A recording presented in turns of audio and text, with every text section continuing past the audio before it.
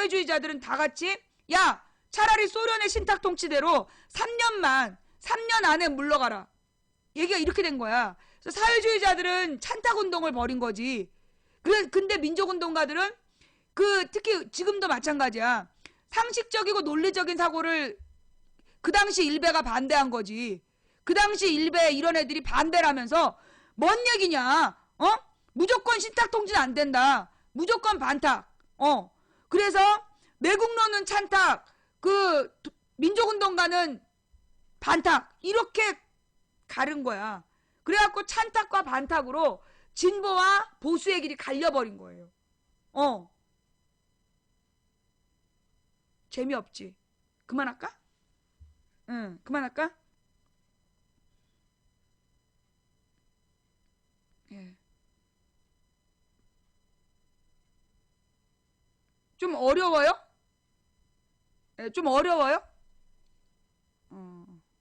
우리 방송 오래 들으신 분은 반복적으로 들으셨는데, 처음 들으신 분은 좀 어렵죠? 예. 그러니까 이제 큰 흐름으로 보면, 위정척사 운동에서부터 을미의병을 했다가 민족운동으로 이어진 세력이 있고, 그들이 보수 세력이었고, 그 다음에, 소위 이제 이모군란을 일으켰다가, 동학농민 운동을 일으켰다가, 나중에 의병운동을 일으켰다가, 무장항쟁을 했던 사람들이 일부는 독립군이 되고 일부는 국내에서 사회주의 운동을 하게 됐다. 그래서 민족주의하고 사회주의 운동을 하다가 그 민족운동가들 중에 정말 결연한 의지를 가진 사람들은 병들어 죽거나 독립운동을 하러 가고 독립군이 돼서 가고 남아있는 민족운동가들이 친일파로 변절을 해버리고 그 다음에 사회주의 운동가들은 계속 독립운동을 했기 때문에 사회주의 세력이 국민의 지지를 다수 받고 있었는데 그 찬탁 반탁 운동으로 보수와 진보의 길이 갈리게 됐다. 거기 동아일보 조선일보에 거짓말이 있었다. 여기까지가 요점 정리야. 그 다음에 이제 45년부터 어떤 일이 발생하냐면 문제는 이승만이야. 이승만의 존재. 원래 이승만이 1919년 3.1운동이 발생하고 나서 그해 8월인가에 한성정부라는 걸 만들어. 그게 얼마나 골 때리는 거냐면 자기가 아는 사람을 이제 불러 모아요. 13도 대표라고 그러면서 자기가 아는 지역별 대표를 불러 모아. 그래갖고 자기가 통령이 되겠다 그래. 그래가지고 각 13도 대표라는 아는 사람 몇 명 불러 모아갖고 지가 한성정부의 통령이 된 거야. 근데 그 당시에 더 많은 사람들이 상해 임시정부로 모인 거야. 그리고 이제 각 곳에 많은 이제 임시정부들이 있었는데 그 임시정부 이 한성정부에 사람 별로 안 꼬였어. 그러니까 이승만이가 상해로 가가지고 야 내가 서울에서 내가 각 13도 대표한테 내 짱 먹었다. 그래갖고 상해 임시정부가 그래? 그러면 네가 짱해? 그래갖고 초대 통령으로 이승만을 세워준 거예요. 초대 대표로. 근데 이승만이 1920년에 상해 임시정부에 짱을 먹은 다음에 한 짓이 뭐냐? 미국에다 편지를 보낸 거야. 미국이 조선을 먹어달라. 일본 놈들을 무찌르고 미국이 조선을 먹어달라고 편지를 썼어. 그 편지를 쓴 게 23년에 발각이 되는 거야.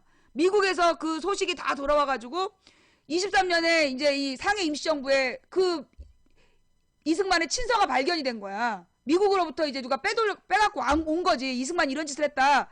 발칵 뒤집어지면서 상해 임시정부가 거기서 끝장이 나요. 실제로는 그렇게 된 거야. 실제로 23년 그 사건이 컸어. 그래가지고 그 이승만의 편지 때문에 상해 임시정부가 풍비박산이 되는 거야. 박살이 나. 그때 안창호 선생이 사람들을 이제 불러 모아가지고 그래도 우리가 포기할 수 없다. 그래갖고 이제 상해를 떠나서 떠돌이 정부가 된 거야. 떠돌이 정부가 된 게 이승만 때문이에요. 그 당시에 이제 물론 모여가지고 거기서 이승만을 탄핵을 해. 그래서 상해 임시정부에서 이승만이 탄핵당해서 쫓겨난 거야. 이승만이 쫓겨나가지고 미국으로 도망을 간다고. 근데 미국 가갖고 자기가 상해 임시정부에 외교사절이라고. 그게 자기가 미국에서 독립자금을 모아서 조선으로 보내는 일을 하러 왔다. 그래갖고 거기서 가는 미주 지역에 막 하와이에 농민으로 가 있던 사람들, 그런 사람들한테 돈을 모아갖고 지가 90% 먹고 10%만 상해 임시정부로 보낸 거야. 이승만이. 그런 거야. 그 짓거리를 45년까지 했다니까. 45년까지 이승만이 1923년에 쫓겨나가지고 45년까지 20년을 그 짓거리를 했어. 그리고 그 나중에 이제 안창호 선생 뒤에 이제 김구 선생님이 나타나서 그 좀 더 강력한 정부를 만들어. 그러면서 그때 이제 김구 선생님이 집권을 하면서 누가 결합을 하느냐 하면 바깥에서 활동을 하고 있던 사회주의 무장항쟁 세력, 그때 김원보하고 누구 중요한 인물들이 있는데 그 되게 유명했던 독립군 부대, 그러니까 사회주의 독립군 부대가 김구 선생한테 붙는 거야. 김구 선생한테 붙고 김원봉 선생님이 이제 김구 선생님한테 들어오고, 그리고 두봉은 모르겠어. 김원봉 선생님이 하여튼 온 게 되게 컸어. 그런데 이제 왜 그랬냐? 사회주의 운동가들도 갈라져요. 사회주의 운동가들도 그 당시에 1920년대에 뭐 소련으로 이제 도망을 갔었어. 도망을 갔는데 거기서 이 소련군이 막 대량 학살을 하고 막 그러니까 자유시 참변이라는 게 발생을 해. 그래가지고 그 사회주의 계열에서도 분열이 생긴 거야. 이게 무슨 일이냐? 그러면서 소련이 김일성을 좋아한다.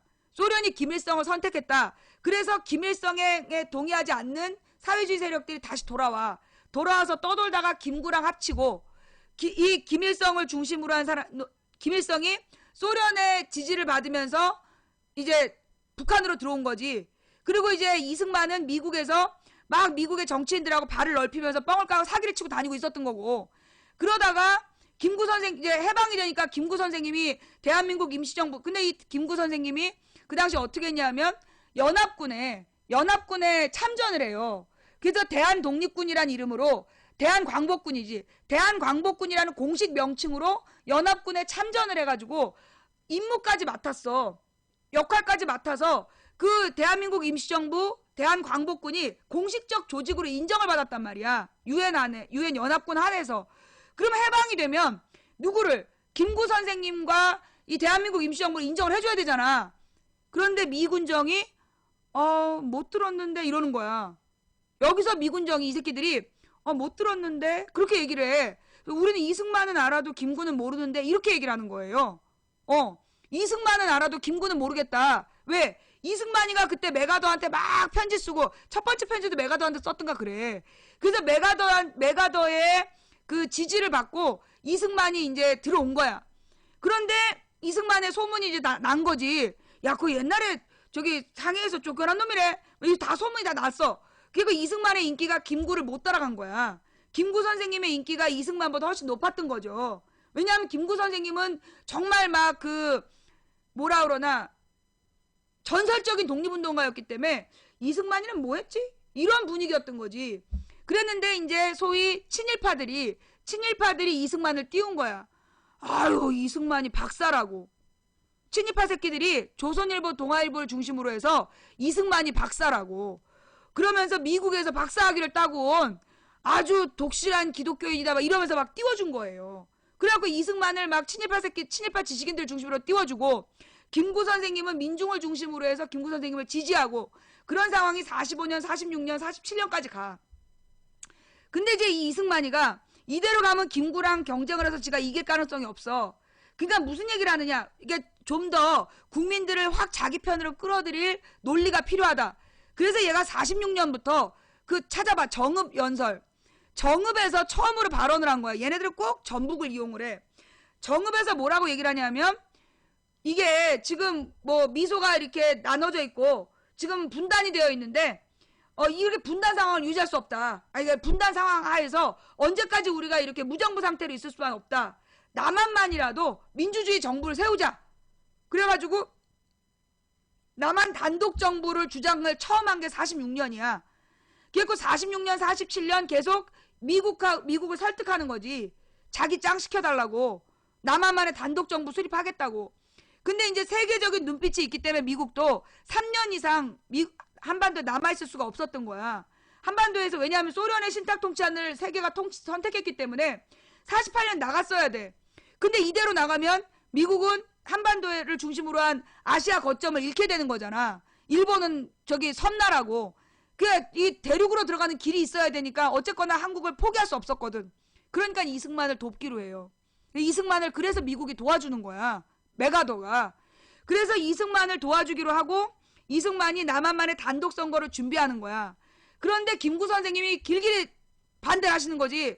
뭔 얘기냐? 있을 수 없다. 그래서 47년 겨울에 북한의 김일성을 만나러 가. 그래서 김일성한테 단도리를 받는 거야.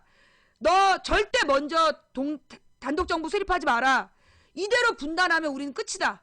그러니까 내가 어떻게든 남쪽으로 다시 내려가서 이승만을 설득할 테니까 반드시 우리는 남북 통일정부를 만들어야 된다. 그래서 김일성한테 확답을 받는 거예요. 북한의 단독정부 수립하지 않겠다는 그 확답을 받아갖고 넘어왔는데 이미 이승만이가 5월 달에 단독 선거를 해버렸어. 국회의원 선거를 해버린 거야. 국회의원 선거 공지가 나가버리고 48년 5월에 5월 10일 날 첫 번째 국회의원 선거를 해버린 거야. 그런 분위기예요.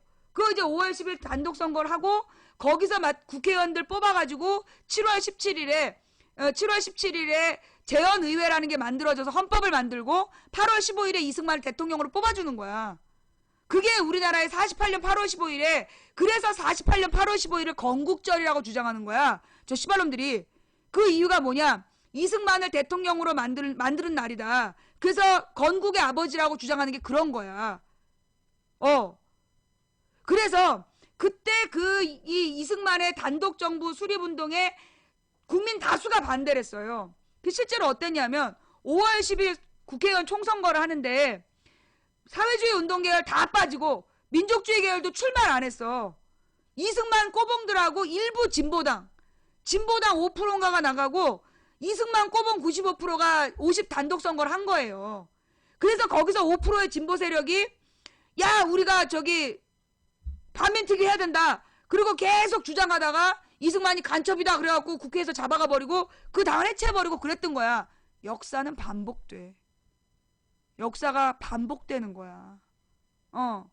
그 당시에 대부분의 사회주의하고 민족주의 운동 계열하는 사람들이 이 50 선거에 반대했는데 일부 진보당만 거기 선거를 했다니까.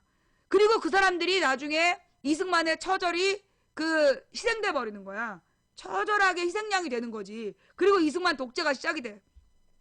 좌우지간 그 와중에 4.3 항쟁이 발생하는 거예요.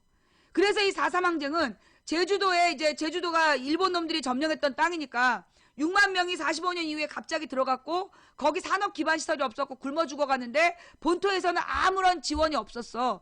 그런 상태에서 소위 3월 그 제주도로 들어간 사람 다수가 진보적인 사람들이었고 70%가 진보적인 사람들이 제주도로 간 거야. 왜? 자기 땅이 없으니까 새로운 땅을 일구어보겠다. 가진 게 없는 사람들이 간 거지.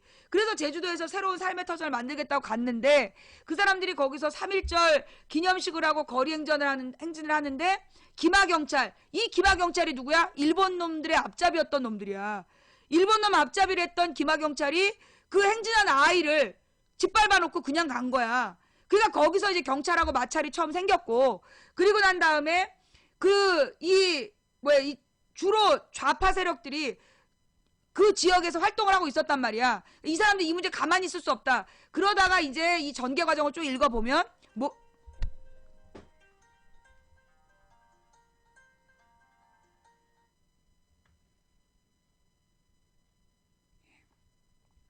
그래야 이제 그 다음 부분에 뭐가 나오냐면 이승만 욕하지 마라.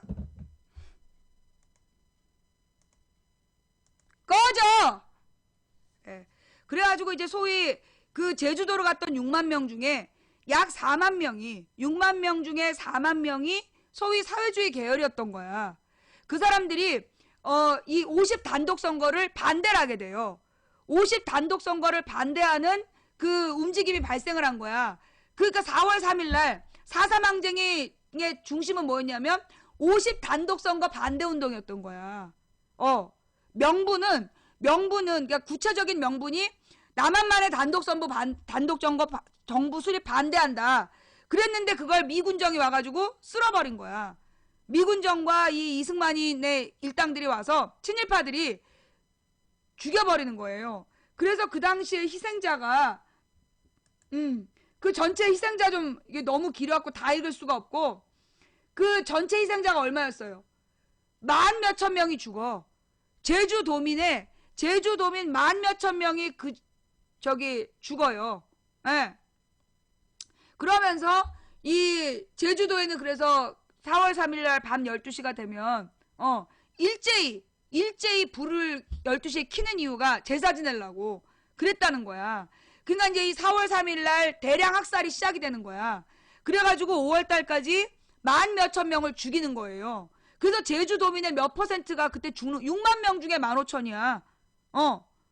6만 명 중에 15,000명이 만 몇천 명이 죽는 사건이 제주도 4.3 사건이었어. 그래갖고 이제 근데 이 제주도 4.3 사건을 뭐라고 불렀냐면 빨갱이들이 일으킨 이승만이 제주도 4.3 항쟁을 진압한 다음에 그 빨갱이들이 일으킨 반란운동이었다. 4.3 반란이라고 그랬었어. 우리도 그렇게 배우고 자랐어요. 4.3 반란 사태. 4.3 사태, 4.3 반란 이렇게 배우고 자랐단 말이야. 그런데 이제 4.3 항쟁 때 여수 순천 지역의 군인 경찰을 동원을 해가지고 진압을 했어. 그때 박정희가 간 거야. 그때 박정희가 여수 순천 지역에서 군인 경찰로 제주도 아니야 그때 갔던가? 하여튼 그 여수 순천 지역에 군인 경찰에 박정희가 있었고, 근데 이제 박정희는 45년에 조선으로 들어와서 한반도로 돌아온 다음에 얘가 일본군 장교 출신이잖아. 그러니까 이제 형이 야 너 이러다간 죽는다. 신분 세탁을 시켜주는 거야. 신분 세탁을 시켜주려고 얘를 남로당에 가입을 시켜요.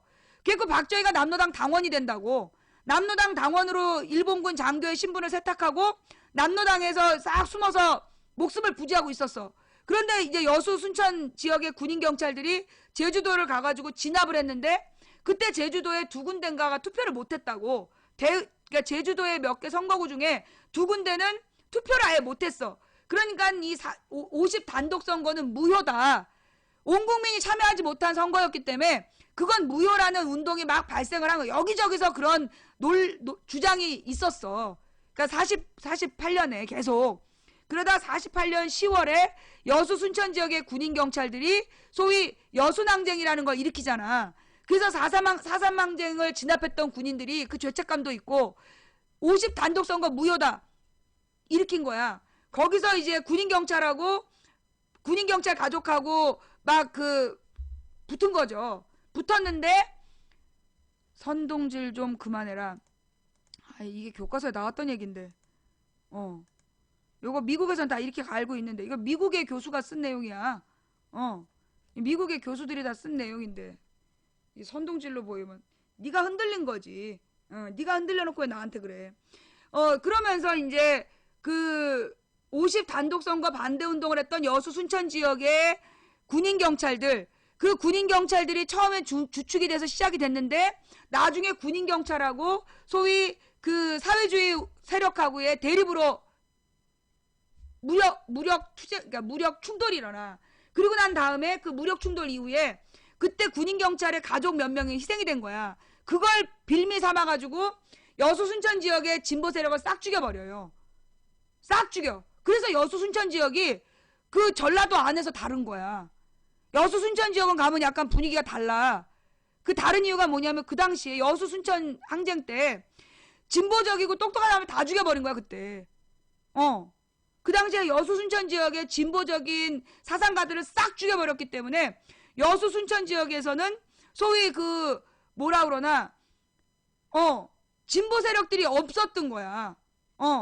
진보 세력들이 자리를 잡지 못했던 거지. 그래서 거기가 약간 전라도에서 좀 잘 살고 좀 약간 분위기가 달라. 그리고 여수 순천 지역에다가는 박정희도 굉장히 투자를 많이 했지. 그러니까 남동임의 공업지역을 여수 순천까지 확장시켜 준 거 아니야. 그게 그런 거였어요. 근데 좌우지간 그 여순 항쟁이 이제 발생하는 것도 4.3 항쟁 때문이었던 거지. 근데 좌우지간 그래가지고 이제 제주도의 4.3 사태를 4.3 항쟁을 1990년대까지는 입도 뻥끗하지 않았어요. 공식적으로 국가에서 4.3 항쟁이란 4.3 사태란 말 하지 않았다고. 노태우 때까지도 4.3이란 말을 안 했어. 처음에 4.3 얘기가 나온 게 김영삼 때 나와. 김영삼 때 4.3에 대한 책이 나오고 그게 무슨 다큐멘터리인가가 나와요. 물론 우리 같은 사람들은 그 대학교에 가서 4.3 사태에 대한 그 기록들을 보게 되지. 대학교의 선배들이 보여주는 4.3 항쟁의 기록들을 이제 보게 된 거야. 그래서 그런 일이 있었다는 걸 알았지만 국민들이 전체적으로 4.3 사건을 알게 된 거는 김영삼 때야. 김영삼 때 처음으로 알게 됐고, 김대중 정부 때 4.3 항쟁에 대해서, 4.3 사태에 대해서 4.3 항쟁의 희생자들의 명예를 회복해달라. 우리는 빨갱이가 아니었다. 그 얘기가 나와. 근데 김대중 대통령 때는 차마 그걸 못하는 거야. 왜냐하면 그 당시에 조선일보, 동아일보가 디립다 까댔기 때문에. 아이, 편향이 아니라 이게 다 교과서에 나왔던 얘기라니까. 네가 배운 뉴라이트 교과서가 잘못된 거야. 그래서 이제 노무현 대통령 때 가서 제주도 4.3 항쟁을 국가 추념일로 인정을 해요. 아니, 국가의 공식적인, 그러니까 제주 4.3 항쟁에 대해서 김대중 노무현 10년 동안 과거사 진상조사를 했어. 그래서 그게 빨갱이들이 일으킨 사건이 아니라, 빨갱이들이 일으킨 사건이 아니라 그 당시에 그 50 단독 선거를 반대했던 제주도민의 민주화 항쟁이었다라고 결론을 내려요. 노무현 때. 그래서 이 노무현 대통령 말기에 제주도 4.3을 공식적으로 이제 명예회복을 시켜주려고 그랬어. 근데 임기가 끝나잖아. 임기가 끝나버렸기 때문에 이명박대로 넘겼어. 이명박대로 넘겼는데 이명박이 인정을 또 안 해줬던가 그래요. 그러다가 하여튼 이명박 말기에 가서 그 공식 추념일로 확정이 됐을 거야. 그거 내가 그 부분 내가 확인을 못했다. 확인 좀 해줘봐. 이명박대로 그 때가 넘어가면서 안 해주려고 민기적 그랬지만 결론은 이제 공식적인 국가 추념일이 된 거야. 이명박 때. 근데 여기서 박근혜가 출연을 해. 박근혜가 대통령 선거 전에 제주도를 가요. 대통령 선거 전에 제주도를 가서 제주도 4.3 희생자들의 명예를 회복시켜주겠다 약속을 해. 그래서 제주도에서 표를 받는 거야. 박근혜가 선거 전에 제주도를 가서 4.3 희생자들의 명예를 회복해주겠다고 약속을 해요. 그거 관련 기사 갖고 와. 관련 기사 찾아와요. 제주도 4.3 희생자들의 명예를 회복시켜주겠다고 제주도에 가서 약속을 했어. 그래서 제주도에서 박근혜 표가 나왔다니까. 그랬는데 대통령이 된 다음에 거기 희생자 위령비에 좌파가 있다. 빨갱이 공산당 남노당 뭐 누가 인물이 있기 때문에 남노당 인물이 있기 때문에 갈 수가 없다. 그래서 안 가는 거야. 오늘 4.3 얘기의 결론은 이거예요. 저기 좌파들이었고 좌파 빨갱이들이 일으킨 반란 소요 사태였다. 여기 그 얘기가 나옵니까? 지금 이 기사 미션 임파서글님 여기에 그 내용이 나와요?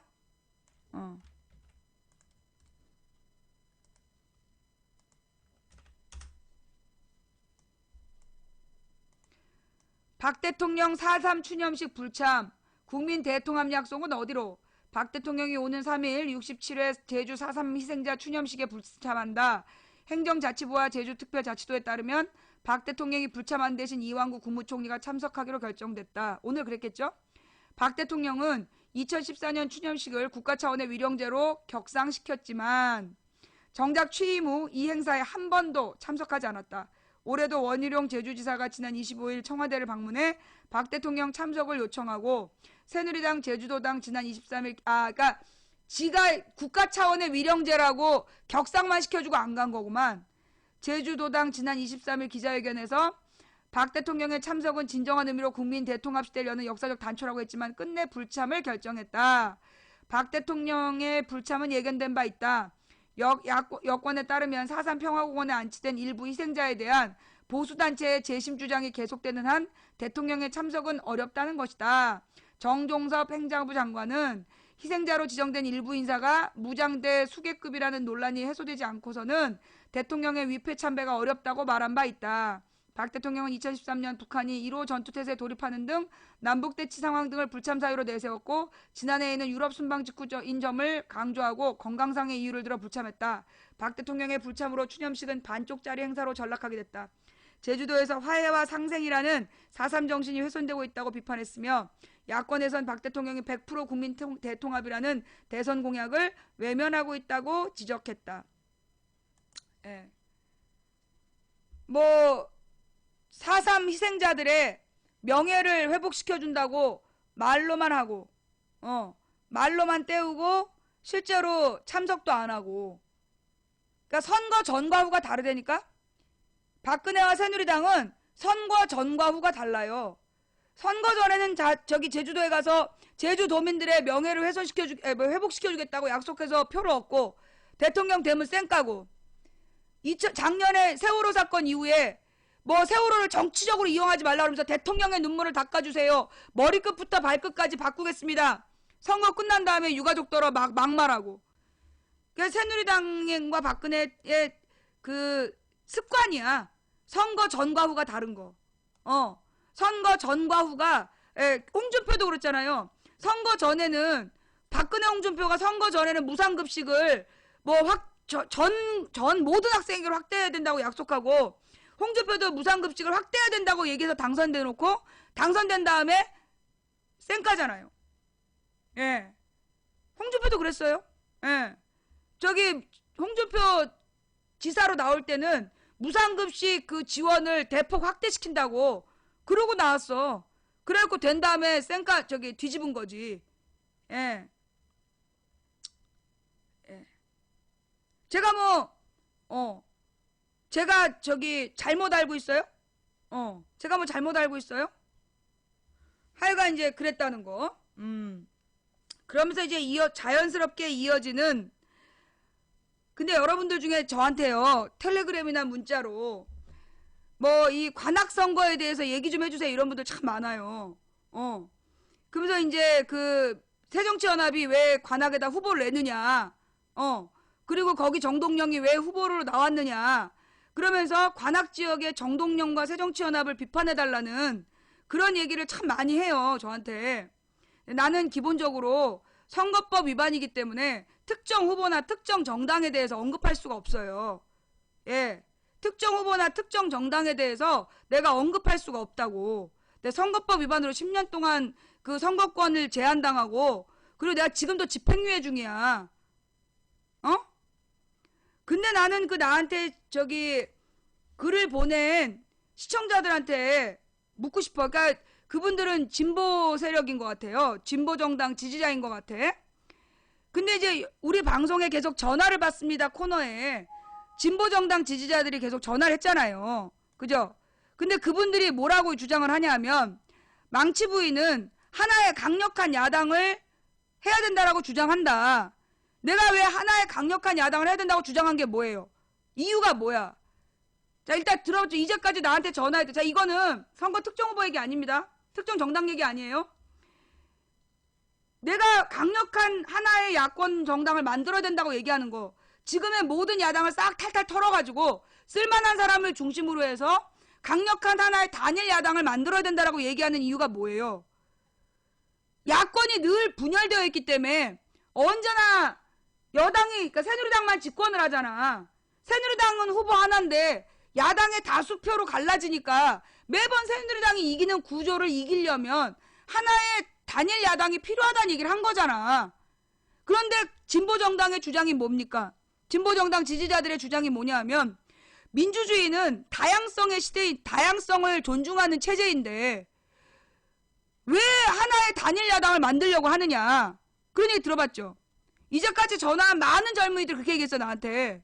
민주주의는 다양성을 존중해야 되는데 왜 억지로 정당을 하나로 통합하라고 얘기를 하느냐. 그죠? 그렇게 얘기를 했단 말이야. 자, 나는 그분들한테 묻고 싶어요. 민주주의가 다양성을 존중하는 나라라고, 체제라고, 그래서 진보 정당들이 각각 따로따로 존재해야 된다고 믿는다라면 왜 정동영이 출마하면 안 돼? 왜 새정치연합이 후보를 내면 안 돼요? 민주주의는 다양성을 존중해줘야 된다며. 누구든지 후보로 출마할 수 있는 거 아니야? 누구든지 후보로 출마할 수 있는 나라에서 그 민주주의의 다양성을 존중한다는 게 그거잖아요. 그러면 새정치연합이 후보를 내면 왜 안 되는 거야? 정동영은 출마하면 왜 안 되는 거야?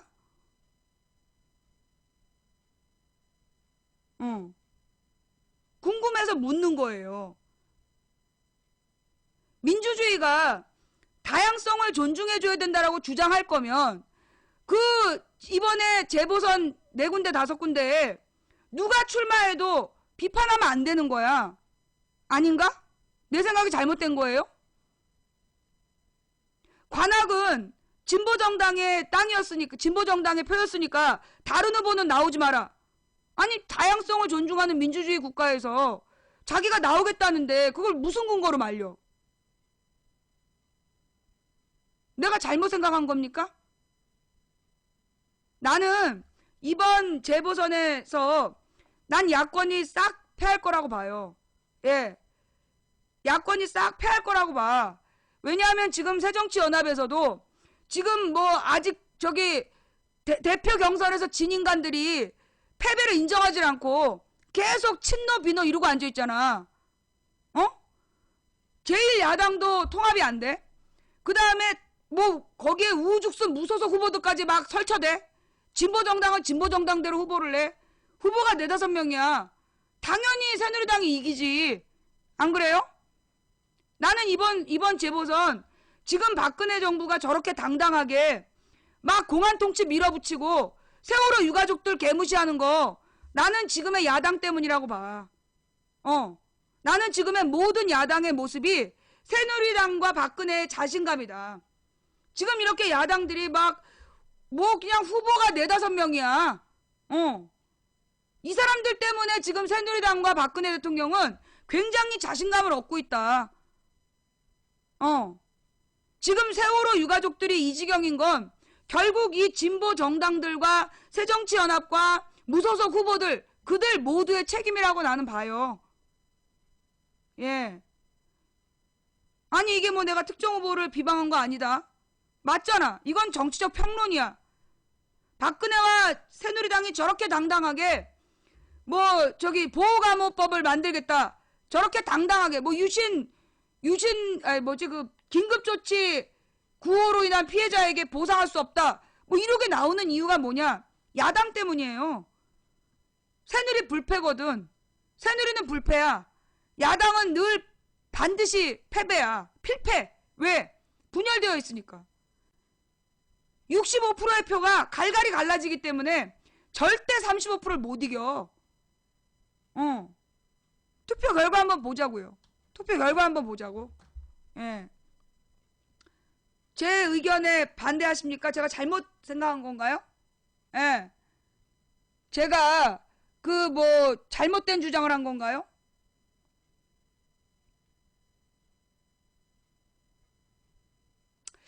안녕하세요 망부님. 어제 새벽 망부님 방송에서 벌레들이 세월호 유가족을 비아냥거렸습니다. 정부에서 인양해준다고 할 땐 싫다고 했으면서 지금은 또다시 인양해달라고 징징거린다는 정말 저들은 사이코패스나 소시오패스 아닐까요? 제가 알고 있기로는 배안 시신 때문인 것으로 알고 있는데 그것 좀 정확하게 방송에서 언급해 주셨으면 합니다. 언급했죠? 이걸로 됐죠? 예, 조금 아까 내가 설명했잖아.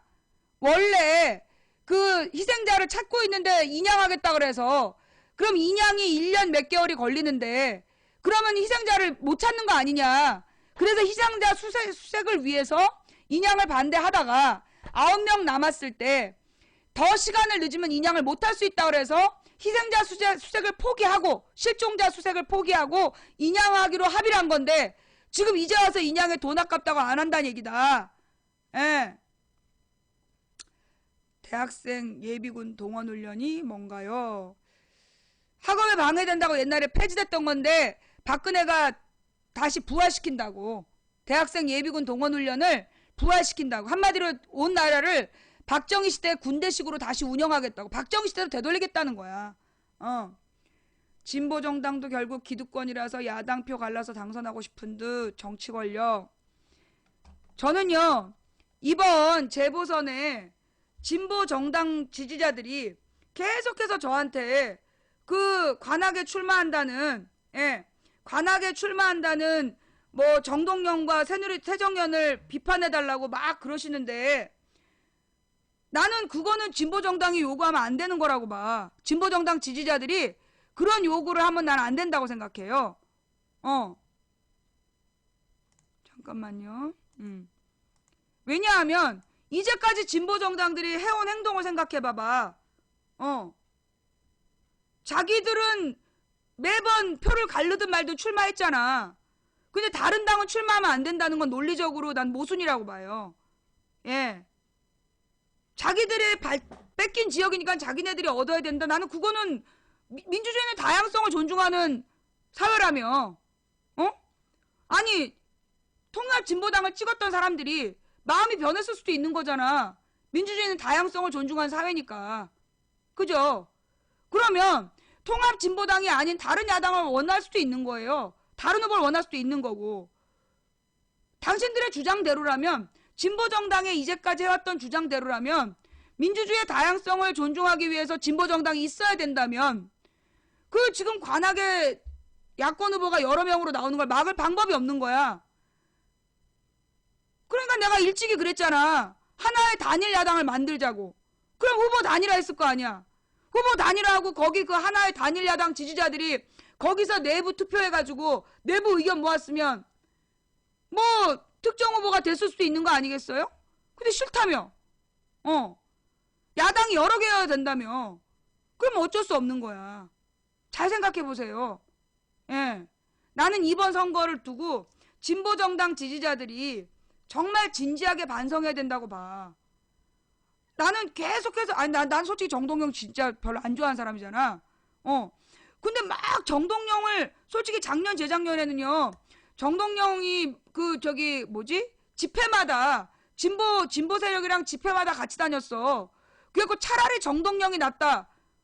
통합진보당 지지자들이 그런 얘기 많이 했거든. 새정치연합의 다른 국회의원들보다 정동영이 차라리 낫다. 투쟁의 현장에 늘 나타나니까 정동영이 차라리 낫다라는 얘기 많이 했어. 물론 이제 목적은 새정치연합을 까기 위한 거였지만 민주당을 까기 위해서 정동영이 그나마 낫다라는 얘기를 맨날 했단 말이야. 근데 갑자기 그 사람들이 정동영 욕을, 내 말이 틀려요? 내가 잘못 알고 있는 거야? 진짜 그랬죠? 그랬던 거 본 사람. 그 통합진보당 지지자들이 옛날에 새정치연합 의원들 막 욕하면서 배지는 없지만 정동영이 더 낫다. 가장 투쟁의 현장에 같이 있었다 그러면서 굉장히 치켜세웠어요. 그랬는데 그러면서 정동영은 그래도 진보 세력이라고 봐야 되지 않나요? 나한테도 문자 보냈었잖아 사람들이. 그래놓고 이제 와서 왜 정동영을 그렇게 욕하는 거야? 난 이해가 안 돼. 나는 물론 기본적으로 정동영 지지자 아닙니다. 난 정동영이 당선돼야 된다고 생각하는 사람 아니에요. 그럼에도 불구하고 지금 진보 정당 지지자들의 논리에는 논리적 모순이 있다. 어떻게 말릴 거야? 뺏겨보니까 속상하지.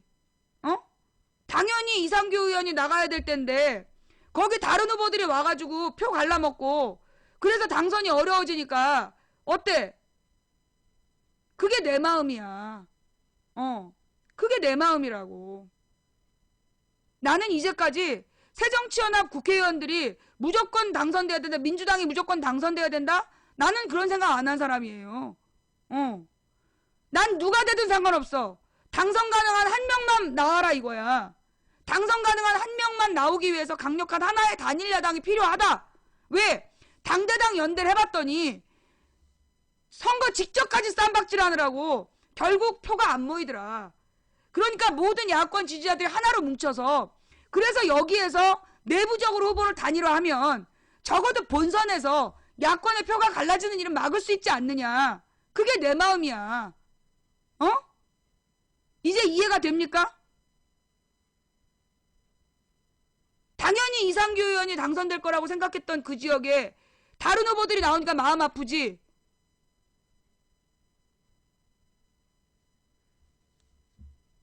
어떻게 말리겠어? 무슨 수로 말려? 민주주의는 다양성을 존중해서 출마는 누구나 할 수 있다는데 그걸 어떻게 말리겠어요? 그 얘기까지 하고 자 이러면서 지금 이제 오늘 아침에 국회의원 수하고 선거구 문제 그 토론이 있었어. 아침 라디오 방송에서. 지금 이제 새정치연합은 국회의원 수를 늘리는 거 반대야. 국회의원 수를 늘릴 수는 없다. 그러면서 지금 이제 지금의 구도대로 가야 된다는 거야. 지금의 구도대로 가야 되는데 이 선거관리위원회에서 지역구를 줄이고 비례대표를 늘리는 방식을 내왔는데 반대를 하고 있는 거야. 그리고 이제 국회의원 수를 늘려야 된다라고 선관위가 얘기를 한 거야. 그걸 새누리당은 반대하는 거야. 지금 이대로 가야 된다. 그게 새누리당 안. 선관위는 지역구를 줄이고 비례대표를 늘려야 된다. 그게 선관위 안. 그 다음에 야당 안은 지역구는 그대로 두되 비례대표만 늘려야 된다.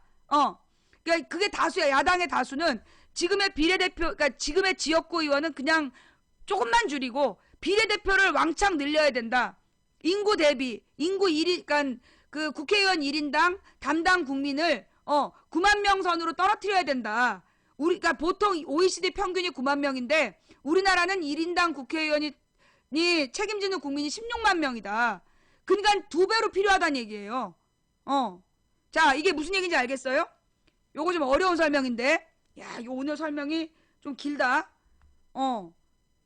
이게 알아들었어요? 알아들었어요? 새누리당은 이대로 가자. 비례대표 조금 늘리든가 이대로 가자. 지역구는 절대 손 못 댄다. 근데 이 선관위에서는 지금 그 국회의원 지역구에 문제가 많다. 왜? 농촌은 10만 명당 그러니까 농촌은 10만 명당 국회의원이, 그러니까 예를 들어 10,000명당 국회의원 1명이라면 도시는 3만 명당 1명이다. 아니지, 그러니까 16만 명으로 치면, 그러니까 이제 지금 일반 서울 같은데 서울 경기 지역은 13만 명당 1명 국회의원이야. 근데 농촌은 지금 3만 명의 국회의원 1명, 혹은 막 5만 명의 국회의원 1명이야. 그러면 도시의 저기 국회의원은 책임져야 될 국민이 15만 명, 13만 명인데 농촌의 국회의원 3만 명만 대표하는 거야. 그럼 문제가 있잖아.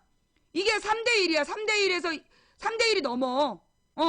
그래서 이 인구, 책임지는 인구수가, 그러니까 이 선관위에서 주장하는 건 이렇게 인구가 작은 지역은 통폐합을 하겠다는 거야. 3만 명, 5만 명짜리를 합쳐서 두세 개 합쳐서 한 명만 뽑고 지금 3대1의 차이를 최대 2대1로 줄이자. 2배 이상, 그러니까 2배까지만 봐주는 걸로. 그러니까 적어도 8만 명당 한 명은 뽑게 하자. 그렇게 바꾸자는 게 선관위 아니야. 근데 길길이 날뛰는 게 누구야? 새누리당이야. 왜? 새누리당의 경북 지역이 문제예요. 여러분 지도 봤어요?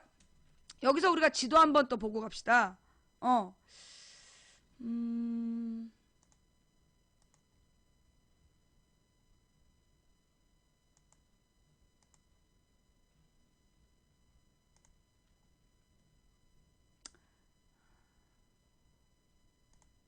예.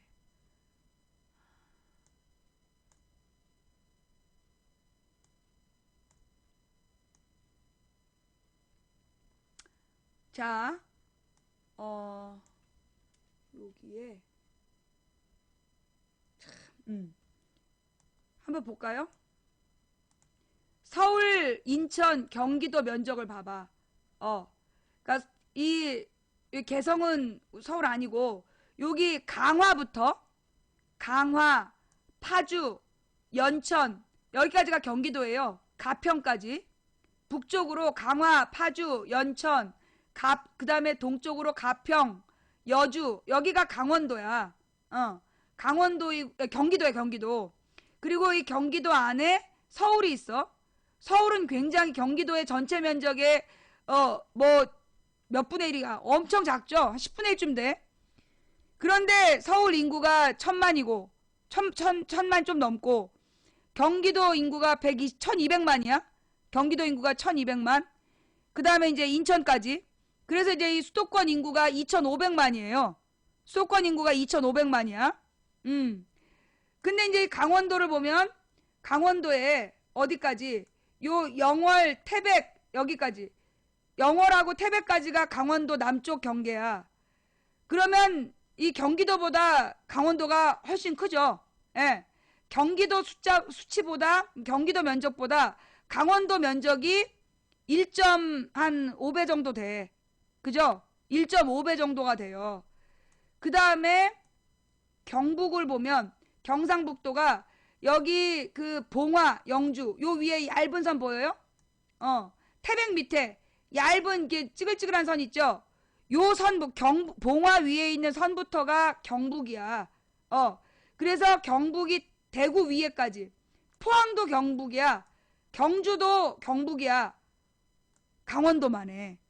경상북도도 강원도만 해요.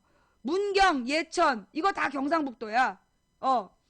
이 월악산 국립공원 이 경계선부터 해서 문경, 상주, 예천, 구미, 칠곡 이게 다 경상북도야. 한꺼번에 한 큐에 보이지도 않아. 영천, 포항, 경주까지 쭉쭉 내려가서 어디까지가 경북이야? 청도, 경주까지야. 무슨 얘기 알겠어요? 강원도하고 경상북도가 굉장히 넓어. 너무너무 넓어가지고 이 경상북도가 우리나라에서 도중에 제일 넓어요. 면적이. 그래서 문제가 뭐냐? 경상북도하고 강원도의, 그러니까 경상북도의 의원 수가 바로 문제의 그 3대 1인 거야. 문제의 3대 1. 그러니까 이게 맨 처음에 이 선관위에서 인원수 조정에 들어간 이유는 뭐였냐면, 호남 지역이 인구 희박 지역인데, 호남이 인구 희박 지역인데 국회의원이 많다. 그러면서 호남 지역의 의원 수를 줄여야 된다. 충청도하고 전라도 지역의 의원 수를 줄여야 된다 그러면서 인원수 조정에 들어갔어. 근데 막상 들어가서 조정을 해보니까 충청 전라도에서 주는 사람보다 경상북도가 문제인 거야. 경상북도가 문제인 거야. 그러니까 지금 새누리당이 팔팔 반대하고 있는 거예요. 예. 그러면서 오늘 무슨 얘기를 했냐? 인구만 볼 게 아니라 면적을 봐야 된다. 인구만 볼 게 아니라 면적을 봐야 된다. 면적의 대표. 그래서 의원 수를 줄일 수 없다는 얘기야. 어이가 없죠? 이게 이제 그 면적당 대표 개념을 줄여야 된다. 그러면서 이제 새누리당의 김세연이라는 국회의원이 나와가지고 주장한 내용에 의하면 지금 1인당, 그러니까 그 의원 1인당 책임지는 국민 수를 얘기하면 거기 통계에 모순이 있다. 그러면서 그 프랑스나 다른 나라의 의원 수를 비교할 때는 상하 양원을 합치면 안 되고 하원만 가지고 비교해야 된다. 그러면서 하원 수만 해서 비교하면 뭐 그래도 우리가 많아. 그래도 우리가 13만인가 저기 16만 가까이 되고, 아니야, 우리가 16만이고 프랑스의 하원 의원만 해도 13만에서 10만이야. 근데 상원은 왜 빼냐고. 숫자 비슷한데. 상원 의원 수를 빼야 되는 이유가 뭐야? 그걸 빼는 이유가 뭐야? 그럼 이제 상원과 하원의 차이가 뭐냐? 예. 상원과 하원의 차이가 뭐냐면, 상원 의원은 옛날에 유럽은 원로원이 있었어. 유럽의 옛날 의회 제도는 옛날 고대 시대 때, 고대 그리스 로마 시대에 의회 제도가 있었어요. 의회 제도가 뭐냐면 첫째 원로원이야. 그래서 원로원은 귀족들이 중심이 돼서 귀족이 책임지는, 귀족들이 정치적으로 의견을 내는 원로원이 있어. 그리고 그 밑에 평민들의 대표가 따로 있었던 거야. 평민들의 대표가 따로 있었더래서 그게 지금의 상원 하원이야. 그래서 상원하고 하원을 그래서 구분을 하는 거예요. 그게 이제 지금의, 그러니까 그 호민관을 중심으로 해서 평민들의 모임이 있었다고. 평민 대표. 그래서 귀족 대표, 평민 대표 개념으로 있었던 게 지금의 상원 하원이 된 건데, 어쨌거나 상원의원도 선거하잖아요. 미국만 선거하나? 상원의원도 난 선거하는 걸로 알아. 그것 좀 알아봐요. 내가 미국은 상원의원도 선거하는 걸로 아는데, 하여튼 그래가지고 지금 얘네들이 그 주장하는 게 뭐냐면 상원을 빼야 된다는 거야. 상원 빼고 하원만 가지고 우리나라 국회의원 수하고 비교를 해야 된다는 뻘소리를 하고 있는 거야. 그래서 우리나라 의원 수가 많지 않다. 그 얘기는 뭐냐면요. 국회의원이 늘어나면 그만큼 지출이 많아지니까 국민들이 너무나 싫어할 거 아니냐. 포퓰리즘이죠. 한마디로 지금 이대로 유지하기 위해서 그 소리를 하는 거야. 국회의원을 늘리고 싶지 않은 게 정말 국민들이 국회의원 늘리는 걸 싫어해서가 아니라 뭐 때문에? 지금 경북의 의석수를 지키려는 의도라고. 내가 볼 땐 그래요. 왜냐? 여러분 있잖아요. 우리 국정감사라는 거 있어요. 국정감사. 그 국정감사라는 걸 할 때 들어봤어요? 수박 겉핥기식 감사. 국정감사 때마다 나오는 말이야. 국정감사 때마다 주요 메이저 언론에서 늘 비판하는 게 뭐냐면 수박 겉핥기식 감사다. 많이 들어봤죠? 그게 국정감사 때마다 국회의원들을 비판하면서 나오는 얘기야. 그래서 실제로 어떤 의원이 어떤 감사를 했는가는 자세히 보도 안 해. 야당 의원들이 얼마나 정부에 대해서 집요하게 물고 늘어졌나 비판했나는 보도 안 해. 수박 겉핥기식 감사 이렇게 한마디로 죽여버리는 거야. 그래서 그 야당에서 국정감사를 하려고 밤새워서 준비한 내용들 다 개무시하고 그 한마디로 죽여버렸단 말이야. 여기에 자기 꾀가 있는 거야. 자기 발목. 왜 수박 겉핥기식 감사냐 하면 한 국회의원이 감사해야 될 대상이 너무 많은 거야. 국회의원 수가 부족하다는 얘기예요. 그 말이 무슨 말인지 알겠어요? 국정감사 때 대충 볼 수밖에 없는 이유가 국회의원 한 사람이 감사하는 대상이 너무 많은 거야. 너무 많아가지고 감사를 제대로 못한다는 얘기야. 그래서 뭐가 필요한 거야? 국회의원 숫자가 필요한 거야. 국회의원 숫자가 필요한 거예요. 많이. 그러면 비용이 너무 늘잖아요. 아니, 국회의원 숫자가 늘어나는데 비용을 왜 늘려줘야 돼? 국회의원 하나당 일이 줄어드는 거잖아. 그런데 왜 국회의원 숫자가 늘어나면 국회의원 1인당 주던 대우를 왜 똑같이 해줘야 되지? 지금도 우리나라 국회의원들 돈 충분히 받고 있어. 그 총 예산을 갈랐으면 되는 거야. 그죠? 국회의원이 늘어나면 지금 국회의원 1인당 그 많은 돈을 받는 이유가 뭐야? 일이 너무 많아서잖아. 국회의원 숫자가 늘어나면 일이 줄어드는데 왜 그 많은 돈을 다 받아? 그치? 지금의 국회의원 예산을 국회의원 수 2배로 늘리고 반으로 나눴으면 되는 거야. 어때? 내 말이 맞지? 지금 국회의원 총 예산 그대로 두고 국회의원 수만 2배로 늘려서 나눴으면 돼. 나눴으면. 망치부인 말이 맞다. 오른손. 엄지손가락. 망치부인 말이 맞는 것 같다. 엄지손가락. 지금 맨날 수박 겉핥기 감사를 할 수밖에 없는 이유가 국회의원이 모자라서야. 그럼 국회의원 숫자를 늘려서 좀 더 촘촘히 감사하고 국민의 권익을 지키면 되는 거야. 어떻게 하면. 근데 비용이 올라가? 비용을 왜 늘려? 국회의원 1인당 일이 주는데. 지금 있는 돈을 나눴으면 되는 거지. 진짜 골 때린 애들 아니냐? 내 말이 맞지? 그지? 예. 혜택을 반토막으로 줄이고 국회의원 수를 2배로 늘리면 돼요. 그러면서 내가 뭐라 그랬어? 선거구 제도를 바꿔야 된다는 얘기를 맨날 했었잖아.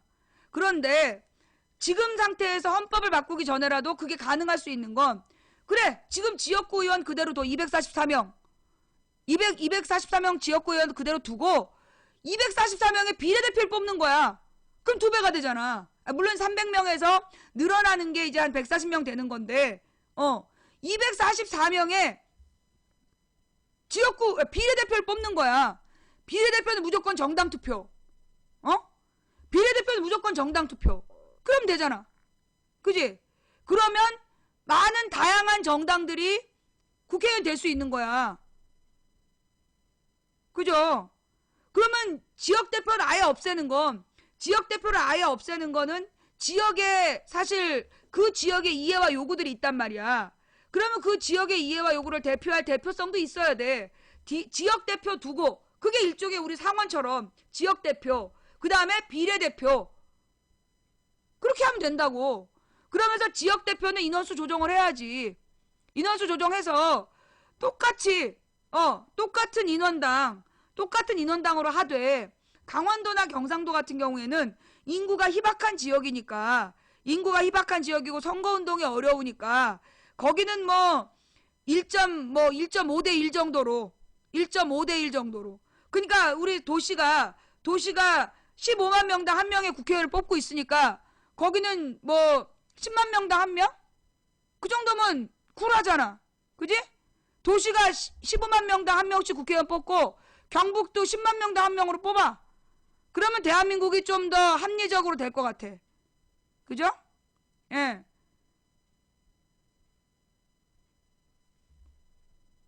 그렇게 바꾸자고.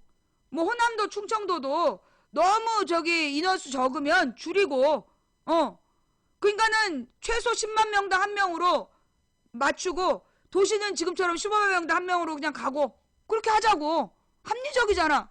왜 반대? 왜 반대?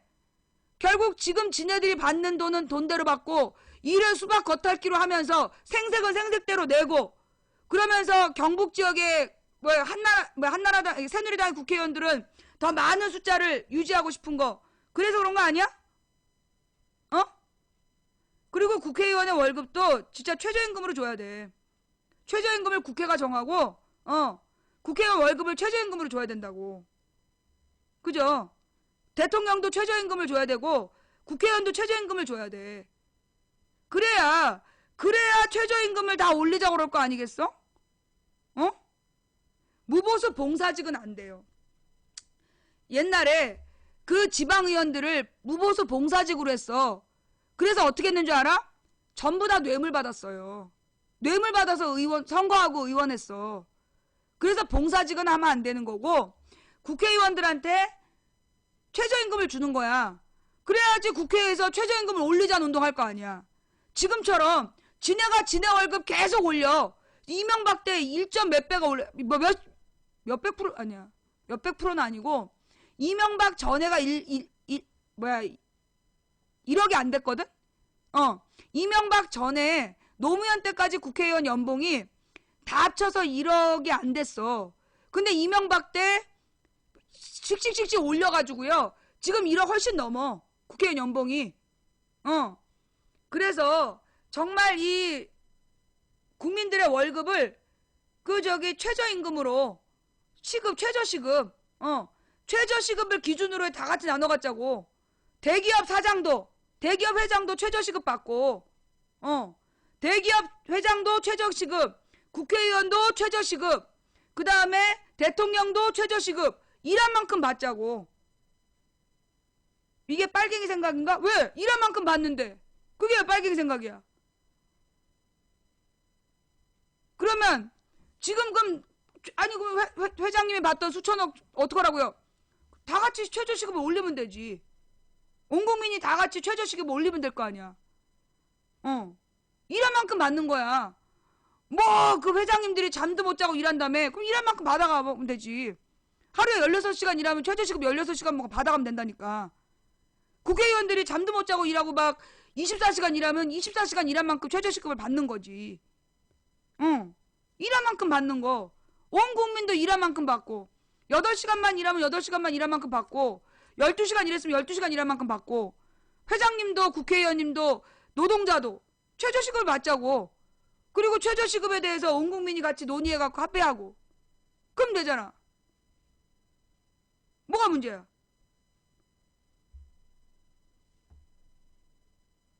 지금 사회주의 하자는 거? 아니, 그게 왜 사회주의야? 사회주의에서 그렇게 해? 사회주의에서 그렇게 해요? 아니, 내가 몰라서. 난 이제까지 그렇게 한 사회주의를 못 봤더래서. 나는 그렇게 하는 사회주의를 못 봤어요. 그런 사회주의를 보셨나봐요. 그런가봐요. 그죠? 예. 아직까지 내가 주장하는 내용으로 운영된 나라는 없어요. 예. 아니, 일한 만큼 받아가는 건데 뭐. 그게 왜 문제야? 사회적 합의를 받으면 사회주의. 그러면 세월호 인양에 대해서 사회적 합의를 하자고 그러는 새누리당은 사회주의야? 최저임금을 사회적으로 합의 보자 그래서 그게 사회주의면, 세월호 인양에 대해서 국민의 의견을 들어 사회적으로 합의 보자 그러면 그것도 새누리당의 사회주의야? 몰랐네. 그렇구나. 나 몰랐네. 그래요. 자, 여러분, 지금 우리나라의 대기업들이 수백조 원을 쌓아놓고 있어. 그런데 그 수백조 원을 이 노동자들에게 원래 옛날에 주던 대로 정규직 연봉 6, 7천, 뭐 정규직이든 비정규직이든 상관없이 연봉 6, 7천씩 나눠주잖아요. 그러면 그 돈이 모자랄까요? 그래도 남아요. 예. 지금 수백 조를 지금 창고에 쌓아두고 있는 대기업들이 옛날 노무현 시대 때 정규직 월급처럼 연봉 6, 7천을 주면 국민들의 노동자들에게 모든 노동자에게 6, 7천 을 주면 그래도 남는다고. 그래도 남아. 그래도 남아요. 근데 그렇게 안 주는 거야. 왜? 이게 신자유주의야. 이게 재벌들이 만들어낸 세상이야. 뭐든지 재벌에게만 이익을 주기 위해서, 재벌이 다 가져가는 세상을 만들기 위해서 이게 그들이 만든 세상이에요. 전 세계의 노동자들이 하나가 돼야 돼. 이게 지금요. 가령 나는 이 삼성과 나는 이제 아이폰을 그 도청 때문에 쓴다 그랬잖아. 그 뭐 스파이 앱이나 이런 게 아이폰은 잘 안 깔려. 그래서 내가 아이폰을 쓴단 말이야. 그럼에도 불구하고 내가 굉장히 아이폰을 2010년부터 쭉 써왔는데 이번에 굉장히 놀랬어요. 왜 놀랬냐 하면 아이폰이 전 세계적으로 삼성처럼 기계를 팔아. 옛날에는 삼성만 우리나라에서 그렇게 팔았어, 기계를. 뭐야, 약정해놓고 비싸게 팔아먹는 거. 그게 삼성이 우리 국민을 호갱으로 만든 방법이었단 말이야. 그걸로 삼성이 돈을 벌었잖아. 그런데 아이폰이 미국에서 똑같이 그렇게 팔고 있는 거야. 2년 약정을 하면 싸게 주는 걸로. 예. 2년 약정을 하면 싸게 주는 걸로 하고, 그러면서 대신에 비싼 요금제를 내야 되는. 그렇게 삼성이 우리나라에서 해먹은 방법대로 아이폰도 변한 거예요. 그럼 뭐냐? 아이폰이 원래 삼성에서 우리나라에서 60만원, 70만원 팔 때 30만원이었어. 다른 나라에서. 다른 나라에서 그렇게 팔았어. 그런데 올해는 전 세계에 똑같이 팔어. 거의 비슷하게 팔아. 그 중에 일본이 제일 조금 싼 거고, 유럽이나 미국이나 한국에서 거의 같은 비슷한 가격대에 파는 거야, 아이폰을. 너무 비싸게. 삼성이랑 비슷하게 팔어. 삼성이 우리나라에, 물론 그건 삼성이 우리나라에 파는 가격이지. 삼성이 우리나라에 파는 가격대로 팔더라고. 이거 왜 그러는 건데? 배우는 거야. 대기업들이요. 그렇게 서로 그 착취 구조를 배워가는 거야. 이거 온 세계의 인민들이, 온 세계의 서민들이요. 결합을 해야 돼요. 연대를 해가지고 거기에 맞서 싸워야 돼. 거기 맞서 싸워서 정말 지금 같은 경우에 국가에서 가령 우리나라의 통신기기가 함부로 못 들어와. 미국은 그 선불폰이라는 게 있어. 그래가지고 뭐 2, 3만 원을 주잖아. 2, 3만 원을 주면 휴대폰을 사. 그래가지고 거기에 그 들어있는 요금만큼만 쓰고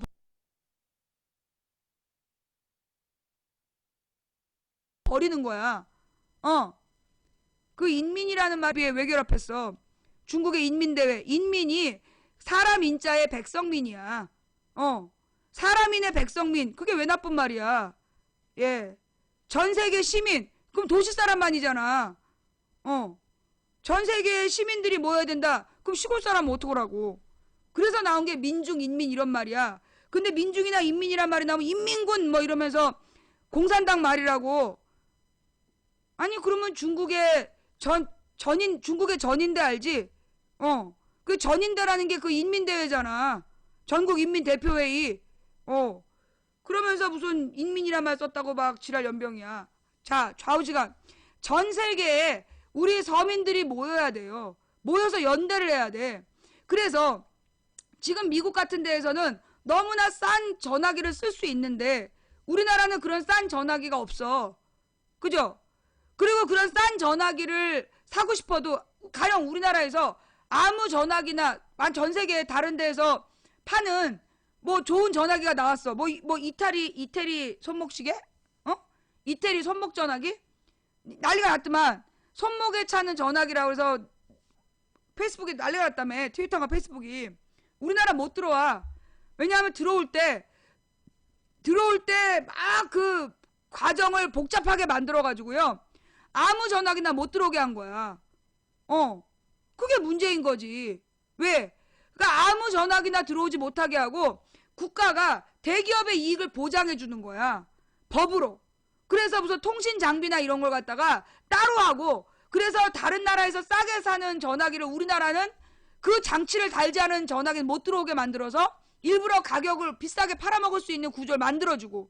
잘못된 거잖아. 이거 전 세계에서 국민들이 전 세계의 그걸 뭐라 그래야 돼? 민주주의자들이 모여서 이건 바꿔야 되는 거예요.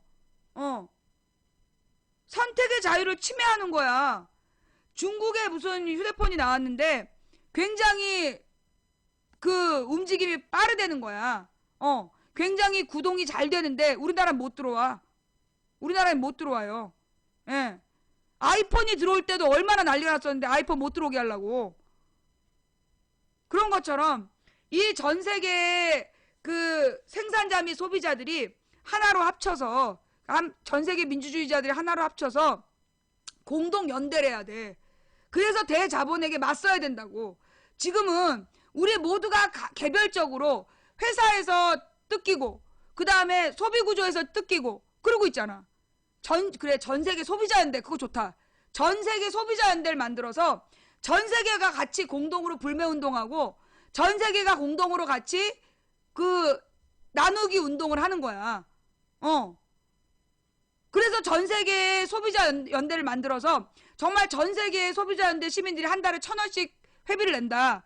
그래갖고 그 돈으로 전세계의 물건들을 서로 이렇게 실험을 해. 실험을 해가지고 어느 물건은 괜찮다. 그러면 그 물건을 싸게 그러니까 대량 생산하면 싸질 수 있잖아.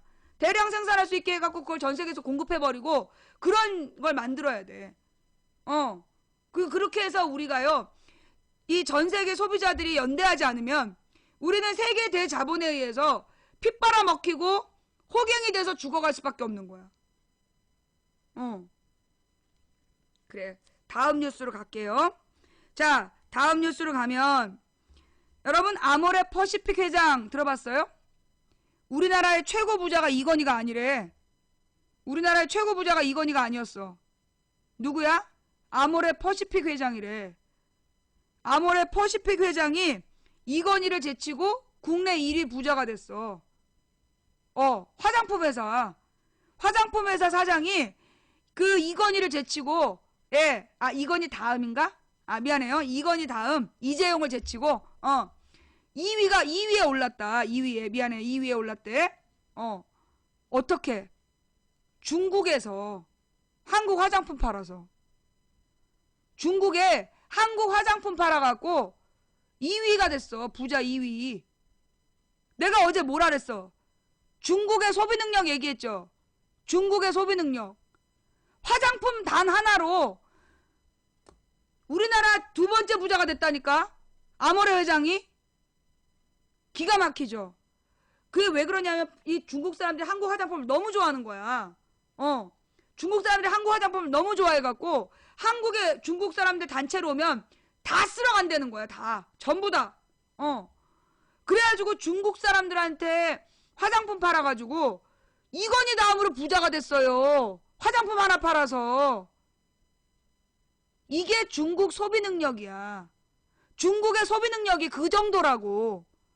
그러니 우리가 이건희의 재력은 수십 년이야. 알지? 이건희의 재력은 지금 내가 알고 있고 80년 이후로 쭉 꾸준히 1등이었어. 아니 정주영이 1등이었다 바뀌었던가? 90년대 중반 이후로 이건희가 우리나라 최고 부자였어. 계속.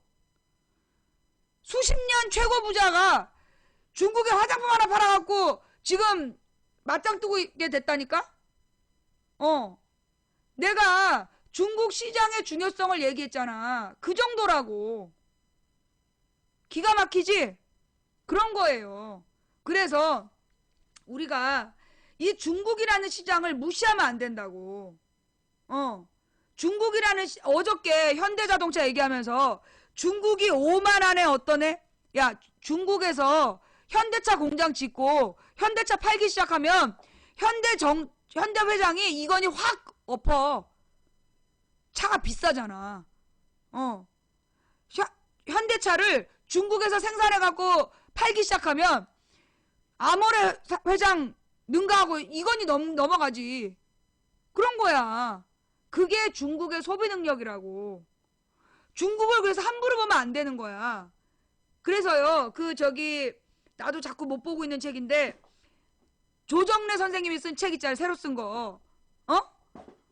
조정래 선생님이 쓴 책을 꼭 읽어봐야 돼. 정글만리. 정글만리 그거 읽어봐야 돼요. 중국에 대해서 중국에 대해서 여러분 우리가 갖고 있는 생각을 바꾸는 책이야. 우리는 중국만 잘 이해해도 달라질 수 있어요.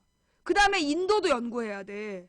인도의 부자들도 중국 부자보다 못해도 어마어마해.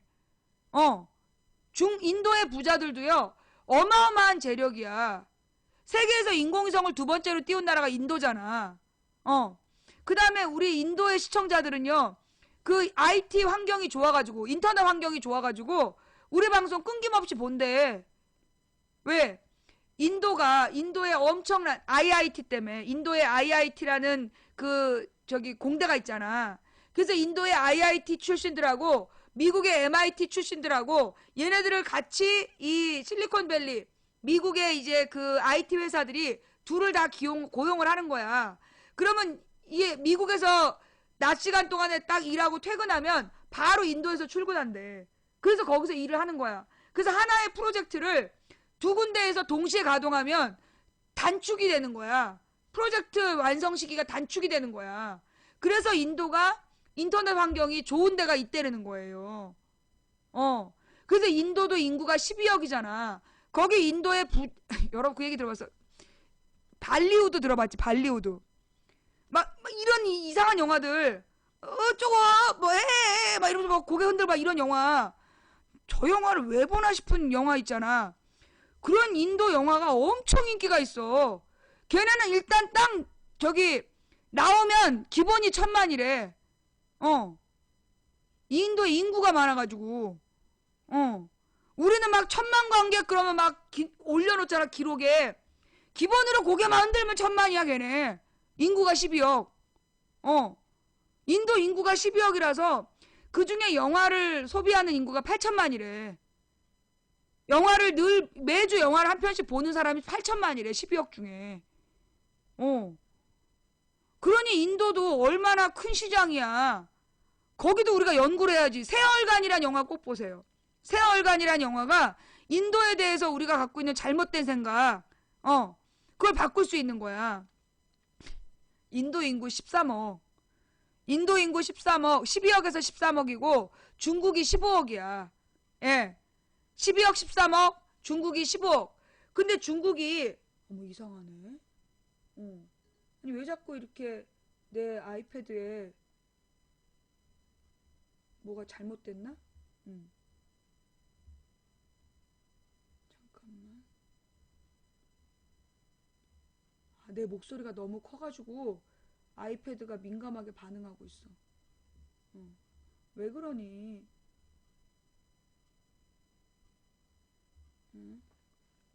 그래서 우리가 중국하고 인도 인구 합쳐봐 27억이야.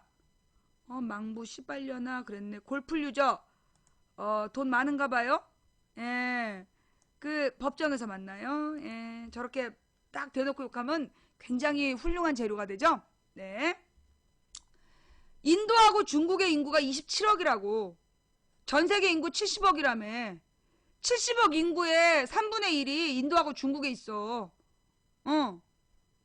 3분의 1? 거의 2분의 1이 넘지. 5분의 2? 예. 두 나라 합치면 27억이야. 거기다가 유럽 인구. 이게 우리가 유럽까지 대륙으로 가서 유럽 인구를 만나기 시작해봐. 유럽 인구도 다 합쳐갖고 한 6억인가 될걸? 5억인가 6억인가 돼, 유럽 인구도. 그러니 그 인구들을 다 합치면요 엄청난 시장이에요. 예. 자, 그 다음 5시 14분. 어떡하지? 이거 했고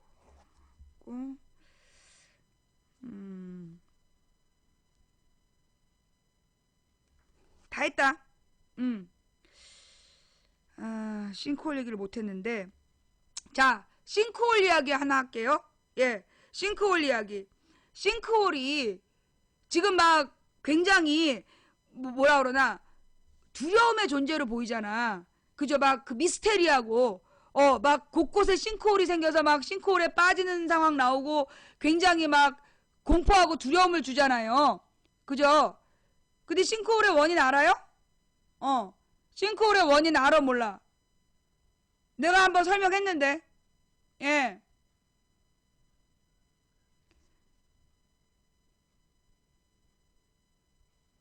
싱크홀의 원인이 뭐냐 하면 이 난개발이라는 얘기 들어봤죠? 난개발.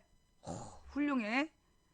굉장히 뭔가 그러면서 막 이 싱크홀이라는 게 무슨 지구 내부에 어떤 뭐 무시무시한 세력이 뭔가 움직이고 있는 거 아니냐 이런 개소리가 한때 유행했었어. 그 한 2년 전? 기억나요? 2년 전에 싱크홀 미스테리 원인을 몰라. 기억나 안 나? 2년 전까지만 해도요. 싱크홀이라고 그러면 땅굴 그쵸? 맞아. 땅굴 설도 있어. 별 지랄 연명을 다 했단 말이야. 이 싱크홀을 가지고. 근데 이게 한 2년 전에 중국에 어마어마한 싱크홀이 생긴 거야. 그거 봤어요? 중국에 어마어마한 싱크홀이 중국에 계속 생긴 거야. 그러니까 막 그 사진 보면서 대륙의 스케일 막 그래서 원인이 무엇일까? 그러면서 이 점점 이 지구가 가라앉는 걸까? 뭐 이런 별의별 지랄 다 했어. 중국이 난개발해서 그런 거야. 마을이 온통 가라앉고 막 그런 이유가 뭐냐 하면 예. 이게 그 내가 몇 번 설명했지만 비가 오면 이게 쭉 내려가서 지하수가 안반 위에 고인다고. 이 땅에 지표면 밑으로 이게 물이 쭉 고여. 그래서 안반 위에 물이 고인 층, 지하수층이 있다고. 근데 지하수층이 도시에 곳곳에 있어. 근데 도시를 우리가 이제 개발을 하면서 땅을 파 들어가는 거야. 근데 이 땅을 파 들어갈 때 뭐예요? 높이만큼 파. 그거 알지? 높이만큼 땅을 판다는 거야. 그러면 높이만큼 기초를 다지기 위해서 땅을 파고 들어가면 그만큼 지하수층이 구멍이 나는 거야. 지하수층까지 뚫고 들어가는 거지. 그러면 그 지하수층에서 흘러나오는 그 물이 쭉 빠지구나. 그러면 이제 이렇게 지하수층이 이렇게 형성되어 있었어. 물의 힘으로 땅이 떠 있었단 말이야. 그런데 파 들어가갖고 지하수를 막 빼갖고 써버렸어. 그러면 이 땅이 무너지는 거야. 연약한 땅이. 그게 싱크홀이야.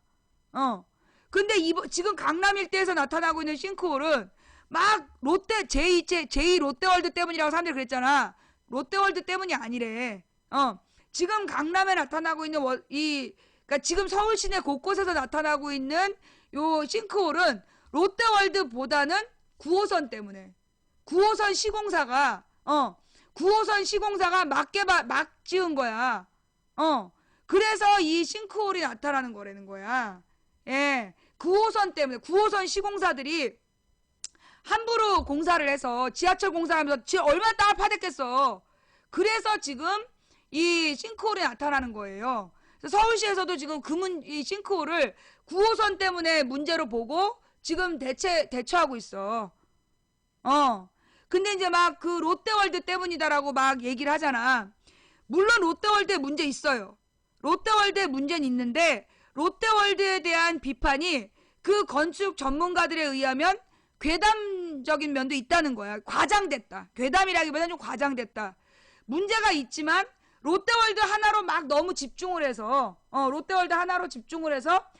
너무나 많이 부풀려졌다. 위험이 없는 건 아니지만 지나치게 부풀려진 면이 있고 싱크홀도 전부 롯데월드라고 주장하잖아. 근데 100% 롯데월드의 잘못이 아니라는 거예요.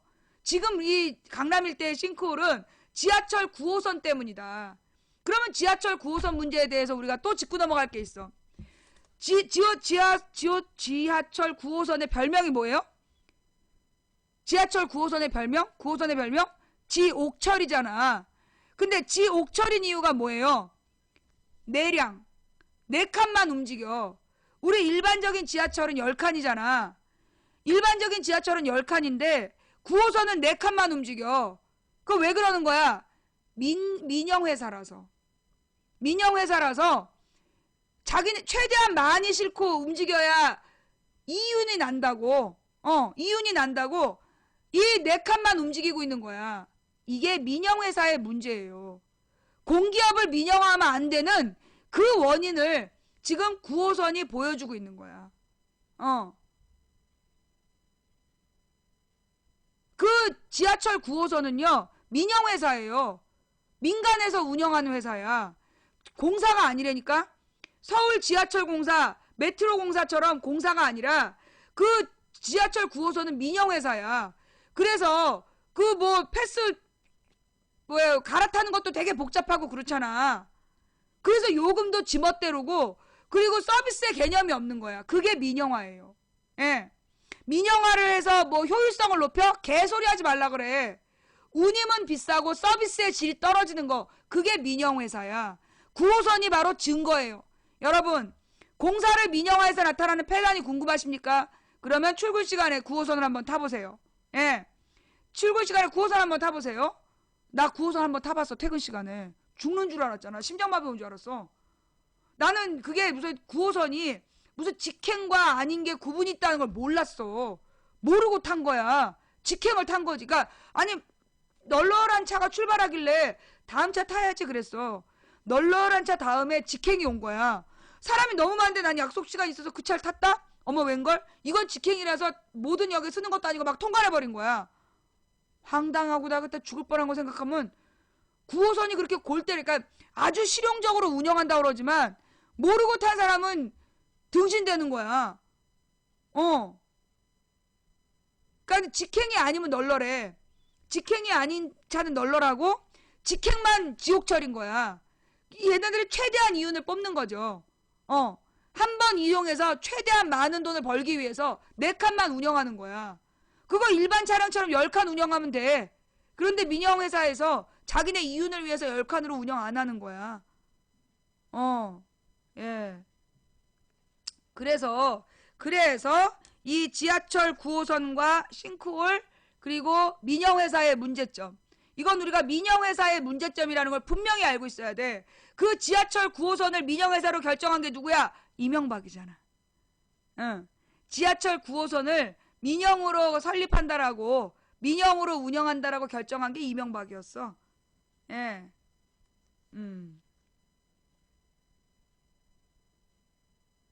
칸수 늘릴 수 있는데 안 늘리는 거야. 이런 뻥박이. 여러분 그 얘기 알죠? MB의 유산. 이명박 요즘에 IS 이번에 케냐에 들어가서 또 막 수백 명을 죽였어. 이 나쁜 새끼들이. 이 IS 이 나쁜 새끼들이야 진짜. 이 씨를 말릴 놈들인데 어머 이 IS의 돈줄이 누굴까요? IS의 돈줄이 누구야? 우리나라잖아. 그 얘기 알지? IS 돈줄이 우리나라인 거. IS가 점령한 지역에 이명박이 거기 자원외교 해갖고 거기 앞으로도 3조 원 더 줘야 된대. IS 점령지에 이명박이 계약한 건 때문에 3조 원을 더 줘야 된다고. 국제계약의 조건 때문에 국제계약의 조건 때문에 돈을 안 줄 수가 없다네. 예. 이러다가 전세계 IS에 반대하는 사람이 대한민국을 공격하면 어쩌지? 네. 이명박의 만행은 어디까지인가? 그 다음에 뭐 태국판 4대강이다. 태국판 4대강이라고 어마어마하게 홍보를 또 했었다며. 4대강 사업이 친환경 사업이라는 것을 인정하는 대대적인 그 증거라고 하면서 태국판 4대강이라고 무지막지하게 홍보를 했대요. 어머 그 무산됐대. 예, 없던 일로. 그래갖고 우리나라에서 투자한 125억만 날렸다네. 경남 애들은 200억 없다고 굶고 있는데. 예. 이명박의 치적을 올리기 위해서 저기 태국판 4대강이라고 막 자랑치면서 돈 125억 썼는데 날렸다는 거 아니야. 아휴 애들 굶고 있는데. 이명박을 왜 저기를 못할까? 이명박을 왜 그 구속을 못할까? 같은 편이라서? 아니면 공범이라서? 자 다음 마지막 거 하나만 더. 예. 김영란법. 아니 이 골프 기자단 얘기. 오늘 아침에 그 저기 누구예요? 우리 변상욱 대기자가 골프 기자단 얘기를 했어. 그러면서 우리나라 언론사에 골프 기자단이 있다. 그래서 이 골프 기자단이라는 사람들이 뭐냐? 한마디로 골프장에 뭐 그 조건이나 이런 것들을 쓰는 사람들이래. 평가하고 비판하는. 근데 그런 평가 비판 기사 나온 적이 없대. 그리고 기자들이 그 골프장에서 접대를 받는 거야. 그 골프 대회를 앞두고 접대를 받는 거야. 비싼 밥 얻어먹고 뭐 선물 받고. 김영란법이 만들어져야 되는 이유라는 거죠. 김영란법이 만들어지면 기자들이 골프 기자단이 이렇게 접대받은 거 그거 다 걸린다는 거야. 자, 이 대한민국의 기자 중에 양심이 있는 기자들이 몇 명 없는 것 같아. 그죠? 아니에요. 저는 굉장히 양심 있어요 라고 외치고 싶은 대한민국 이 우리 방송을 보고 있는 기자분들 계시죠? 예. 억울하시겠지만 지금 우리 기자들의 문제가 뭐냐. 옛날에 내가 이제 조중동의 어떤 기자 얘기야. 김근태 의원을 굉장히 존경했어. 김근태 의원 얘기를 맨날 칭찬하고 그리고 이제 막 기사 쓴다고 해서 되게 친하게 지냈어. 근데 기사 나온 게 이상해.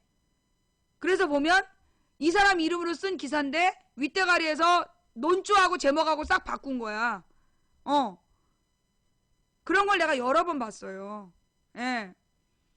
그러면 그 기자가 그만뒀을까요? 그만두지 않아요. 예, 그냥 다니죠. 월급을 많이 주니까. 조중동이 월급 많이 주잖아. 예. 이게 기자의 양심, 목숨을 걸고 옳은 건 옳다라고 이야기할 수 있고 자기 기사를 손 못 대게 지킬 수 있는 그런 기자의 양심이 잠들어버린 대한민국. 그러다 보니까 대한민국엔 언론의 두 종류가 있어요. 세월호 엄마들의 눈물을 보도한 언론과 세월호 엄마들의 눈물을 철저히 외면한 언내기들. 언론이란 이름의 쓰레기들. 언내기에서 기자질하는 거 그만둡시다. 그리고 정말로 소신있게 정치 권력과 경제 권력을 비판하는 그런 기자의 양심을 되찾으시기 바랍니다. 삼성 반도체에서요. 그게 2007년 8년 그때야. 2008년? 그 당시에 이제 또 하나의 약속이라고 그 반도체 공장에서 희생된 딸의 명예를 회복하기 위해서 싸운 아빠 얘기 있었잖아. 그 당시에 삼성 반도체에서 그 아버지가 계속 문제 제기를 하고 반올림이라는 반도체 희생자들의 막 움직임이 기사화가 계속 됐어. 그러자 대한민국의 기자들을 반도체에서 싹 불렀네. 불러가지고 싹 그 반도체 공장을 보여주고 접대를 한 거야.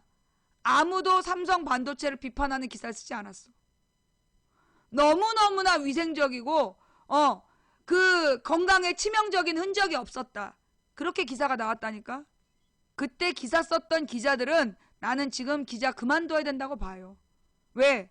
이미 삼성 반도체가 얼마나 치명적인 문제가 있었는지를 법원에서 밝혀졌어.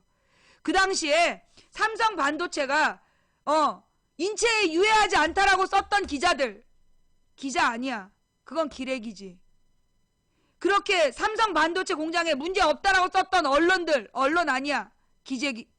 언내기지. 대한민국의 언론이 바로 서지 않으면 대한민국의 언론이 바로 서지 않으면 대한민국이 바로 설 수가 없어요. 예. 대한민국의 언론이 바로 서지 않으면 대한민국의 정치가 바로 설 수가 없어요. 자, 경제가 어렵다고요? 재벌들 창고에 가봐. 귀족도 이런 귀족이 없어. 먹고 살기 힘들다고요? 먹고 살기 힘든 이유가 뭐야? 전 세계 재벌들 때문이야.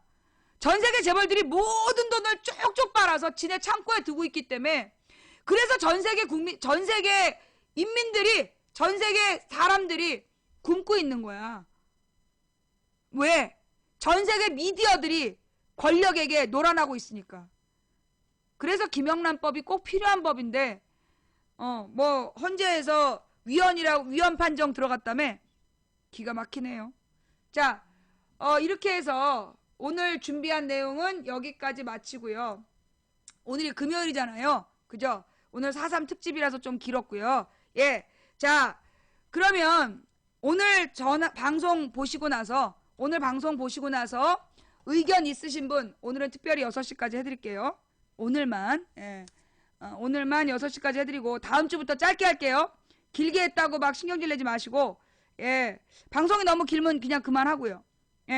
방송이 너무 길어서 도저히 못 보겠다 싶으시면 여기서 방송을 접고요. 그래도 전화 통화하자. 그러면 전화 받고요. 자, 오늘 망치 부인의 방송에 대해서 잠깐만 전화 왔네요. 여보세요, 망치 부인입니다. 예, 안녕하세요. 네네, 말씀하세요. 예, 본인 소개 간단히. 예, 저는, 잠깐만요. 일단 방송의 볼륨을 제로로 만들어 주세요.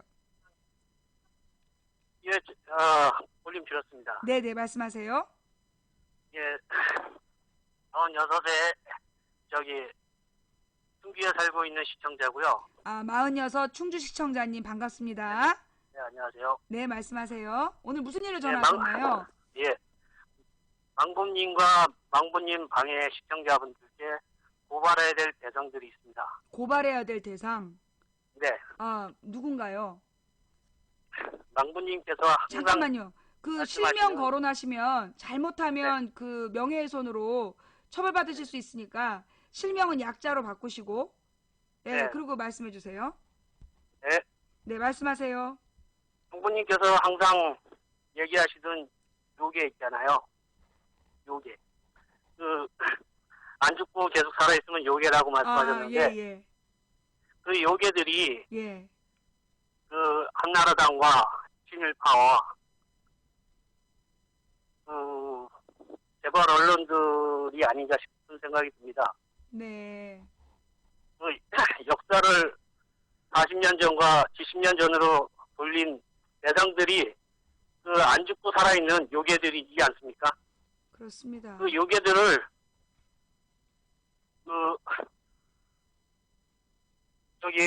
망부님과 우리 시청자들 그리고 이번에 망부님께서 가입하셨던 지난주에 가입하셨던 원로분들 재운동 하시던 원로분들께서 만드신 민주연대. 예 민주행동. 예 그 조직과 함께 네. 그 요괴들을 처단할 수 있는 망부님께서 항상 말씀하셨던 그 철퇴를 내렸으면 합니다. 네. 그 철퇴는 망부님께서 항상 얘기하셨던 국민의 절대적인 철퇴, 1인당 각 국민마다 주어지는 철퇴, 투표 때마다 한 표씩 주어지는 그 철퇴를 정확하게 내릴 수 있었으면 좋겠습니다. 그러니까는 온 국민의 투표라는 네. 철퇴로 요괴들을 무찌르자?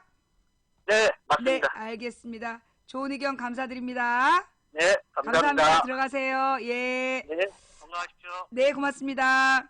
예, 충주에 사는 46세 시청자님. 네, 전화 첫 번째 통화 받았습니다. 네, 제가 전화 통화 45분까지 받을게요. 예, 지금부터 12분 동안 전화를 더 받을 테니 오늘 방송 보시고 하실 말씀 있으시면 혹은 뭐 이전에 방송 내용도 괜찮습니다. 방송 보시고 하실 내용 있으시면 전화 주십시오. 자, 여보세요. 망치 부인입니다. 여보세요. 이거 너무나 반갑습니다. 네, 본인 소개 간단히. 예, 저는 지금 현재 60이고요. 60이요. 예. 네, 안녕하세요. 예, 60세이시고. 예, 안녕하십니까. 어느 지역에 망부님. 사시는지요? 망부님 방송을 시작한 지 한 3년 정도 됐어요. 네, 저기요. 저의 방송의 볼륨 좀 줄여주시겠습니까? 그럼요. 네네. 어떻게 되지요? 떨려가 막 떨리셔가지고. 괜찮아요. 지금 선생님이 누구신지 아무도 모르니까. 네, 그냥 이렇게 저하고 단독으로 말씀하신다라고 생각하시고, 말씀하세요. 근데 망부님 방송을 빼지 않고 이거 한 3년 전부터 보기 시작하다가 지금은 계속 봐요. 네. 계속 보고 있는데, 네. 지금 내가 이제 국민이 한 사람 해야 될 거는 투표는 이제 분명히 해야 되겠지만은, 네. 지금 제가 이렇게 망군이 봤다 보니까는 지금 정부에서 잘못한 일이라든지 이런 게 굉장히 많지만은 네. 이걸 어떻게 해서 이거를 얘기해가지고 어떤 식으로 해야만 이게 좀 효과가 있는지도 잘 모르겠고요, 솔직히. 네. 예. 그렇다고 이 나이를 거리에 나가 그렇게 할 수도 없는 거 해가지고 네. 망군님이 이왕에 이렇게 좀 많은 것도 아시고 생각하는 게 많았기 때문에 이런 이제 우리 같이 나이 든 사람도 어떻게 해서 어떤 식으로 이제 운동을 하면은 조금이라도 민가가 될 수 있고 네. 젊은 사람들 모든 사람들이 할 수 있는 방법을 좀 얘기해 주면 굉장히 좋겠습니다. 그래요. 사실 뭐 제가 선배님이라고 불러도 되겠죠. 아이고. 네, 그 어르신이라고 그냥 부르기 너무 편하게만. 젊으시니까 선배님이라고 부르면서 사실 우리가 어린 시절부터 들었던 이야기가 공부에 왕도가 없다는 얘기가 있지 않았습니까? 근데 우리가 이제 사회를 똑바로 바라보는, 그러니까 우리가 어떤 문제를 해결하기 위해서는 문제의 원인을 알아야 되지 않습니까? 그러니 우리가 사실은 이 지금 우리 사회 현상의 원인을 똑바로 알아야 된다는 거죠. 그러려면 역사를 알아야 되고 그 역사를 바로 알아야 지금의 현상을 제대로 분석할 수 있고 그리고 제대로 분석을 해야 다음에 어떻게 해결할지에 대안을 찾을 수 있는 거라고 저는 생각을 합니다. 그래서 제 방송도 이 역사적인 배경을 설명하고 현실을 분석하고 현실에 나타난 여러 현상들의 관계를 분석하고 그래서 이 문제를 비판하면서 어떻게 해결해 나가야 된다는 대안을 고민하려고 노력을 하고 있거든요.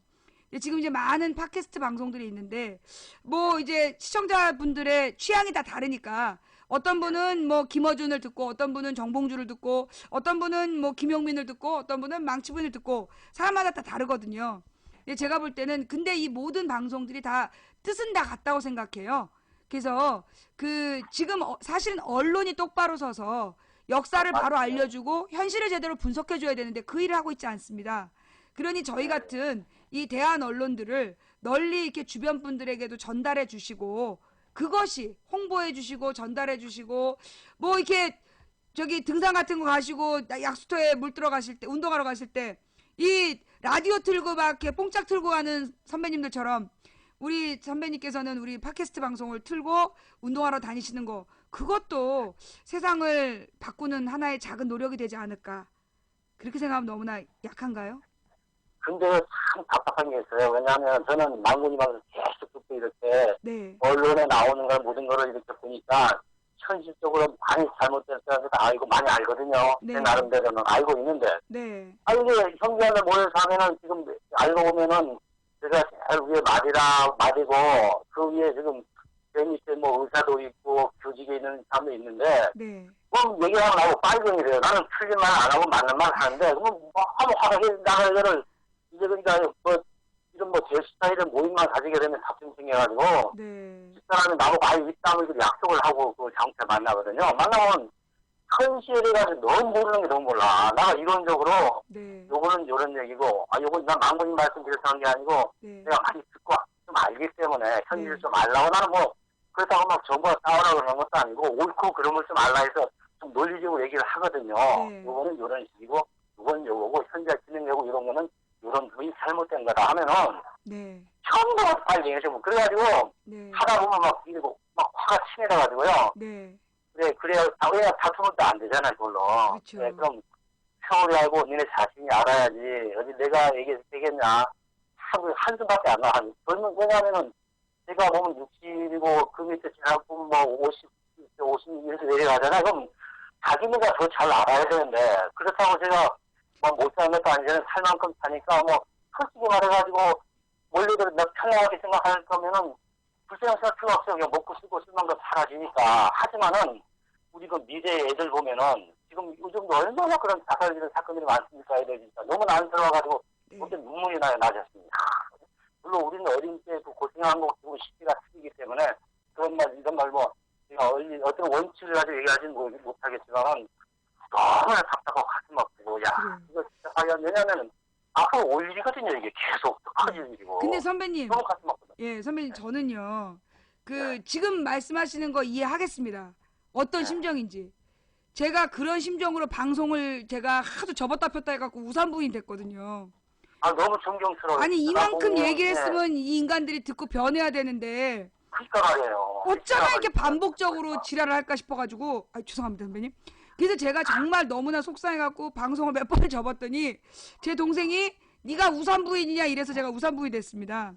근데 이제 제 생각은 그래요 선배님. 진짜 선배님이 왜냐하면 이게 망고님 제가 한마디만 또 할게요. 왜냐하면 이게 한 사람이 왜냐하면 그걸 알려고 노력을 해야 되는 거잖아요. 모든 거를 이렇게 뭐 그냥 TV 뉴스나 보고 이렇게 해서 끝날 부분이 아니고 내가 이거를 좀 뭔가를 좀 알아야 되게, 요런 역사도 좀 이렇게 뒤집어보고 하나하나 이런 걸 좀 논리적으로 알아야 되는데, 요즘 보면, 그래요. 선배님 있잖아요. 제가 드리고 싶은 얘기 예, 뭐냐면 예, 그 상대방들이 이렇게 집단적으로 모이면 선배님이 얘기할 때마다 다 같이 빨갱이라고 욕하잖아요. 그리고 안 듣는 것 같잖아요.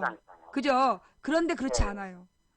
제가 이 일을 저는 이제 제 나이 20세부터 했기 때문에 지금 한 27년 정도 해보니까요. 사람들이 처음에는 다 안 듣는 것 같고 에이 뭐 그러면서 안 듣는 것 같지만 선배님이 변함없이 신념을 가지고 쭉 줄기차게 설명하시잖아요. 그러면 가장 급할 때 선배님의 말을 듣는다고 저는 생각합니다. 그래서 중요한 건 아니, 여기서 있잖아요. 친구분들이나 그런 말은 안 듣고, 법률적인 이런 거는 제가 많이 알지 못하지만 그런 거는 친구들이 많이 들어요. 근데, 요것만큼은 완전히 진짜. 그리고, 한 사람 한 사람이 빨리 깨야 우리나라 이런 미래가 좀 이렇게 좀 밝고 좀 이렇게 희망스러운, 지금처럼 계속 된다 그러면 10년 후를 내다보면은 저는 앞이 안 보이거든요. 아니에요 선배님 거기서 지금 제가 어린 나이지만 선배님께 네, 감히 조언을 드리자면 예, 예. 그분들을 그렇게 바라보시니까 변화가 없는 거예요. 그러니까 쟤는 안 돼. 정말 답답해. 저 새끼 꼴통이야. 이렇게 바라보시면요. 상대방도 알아요. 그래서 절대 안 변한 척 하는 거거든요. 중요한 건 선배님이 상대방을 대하는 자세가 바뀌셔야 돼요.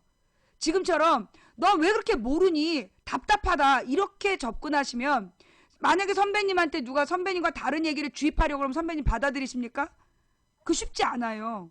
우리가 나이가 40이 넘어가면 남의 의견을 받아들이는 게 쉽지 않습니다. 웬만한 사람하고 얘기해서는 쉽지 않은데 그런 것처럼 그 상대방도 마찬가지로 선배님이 너가 틀렸어라고 공격해 들어가면 그 사람은 절대 선배님 얘기를 듣지 않아요.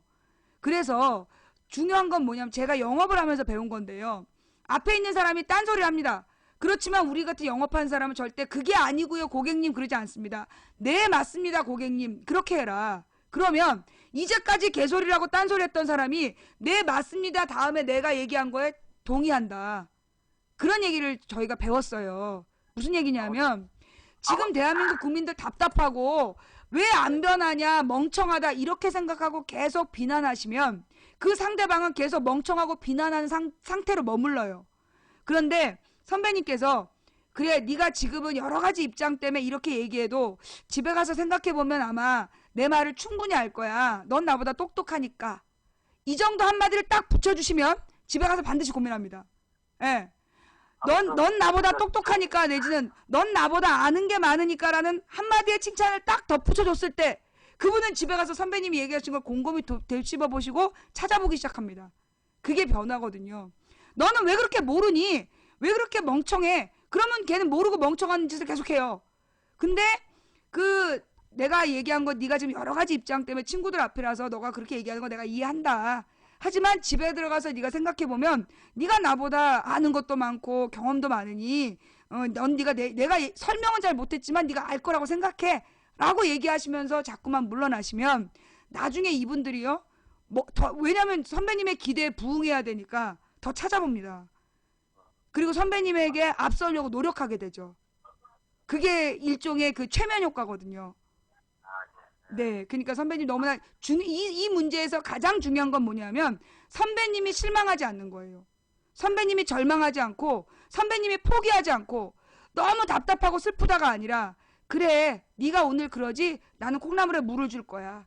계속 그런 마음으로 칭찬하고 그렇게 될 거라고 말로 계속 씨를 뿌리다 보면 그분들 변화가 분명히 옵니다. 한번 오늘부터 행동을 바꿔보시고 한 6개월쯤 지난 뒤에 결과를 좀 알려주셨으면 고맙겠습니다. 장모님 네. 진짜 존경스럽고요. 앞으로 진짜 나라를 위해서 진짜 너무나 열심히 지금도 노력하고 계시지만 앞으로도 아닙니다. 제가 이렇게 선배님 앞에서 감히 잘난 척해서 대단히 감사합니다. 죄송하고요. 짧은 저의 소견을 들어주셔서 대단히 감사합니다. 네, 건강하십시오, 망부님. 네, 고맙습니다. 건강하세요. 네, 들어가세요. 예. 네. 자, 이렇게 해서 자, 잠깐만. 전화를 또 끊고 전화를 끊고 예. 자, 1분 남았는데. 네. 1분 남았습니다. 네. 마지막 전화 받습니다. 여보세요. 망치부인입니다. 여보세요. 망치부인입니다. 안녕하세요. 네. 안녕하세요. 본인 소개 간단히 네. 부탁드립니다. 네, 저는 저는 부산에서. 여보세요? 예, 말씀하세요. 일단 진정하세요. 여보세요? 네, 부산에 있는, 그때 저하고, 네네. 제가 텔레그로 대했던 사람입니다. 아, 부산에 계시고 제가 나이는 텔레그램으로 지금 저하고 56이시고요. 네? 64시라고요, 나이가? 네. 예. 제가 태종대 목련 그 꼭 보여드렸죠? 아, 예. 56입니다. 아, 56. 예. 선배님, 저희 방송을 꺼주세요. 네. 방송을 다른 게 끄시고 아니고 전화 제가 통화만 집중해 주세요. 예.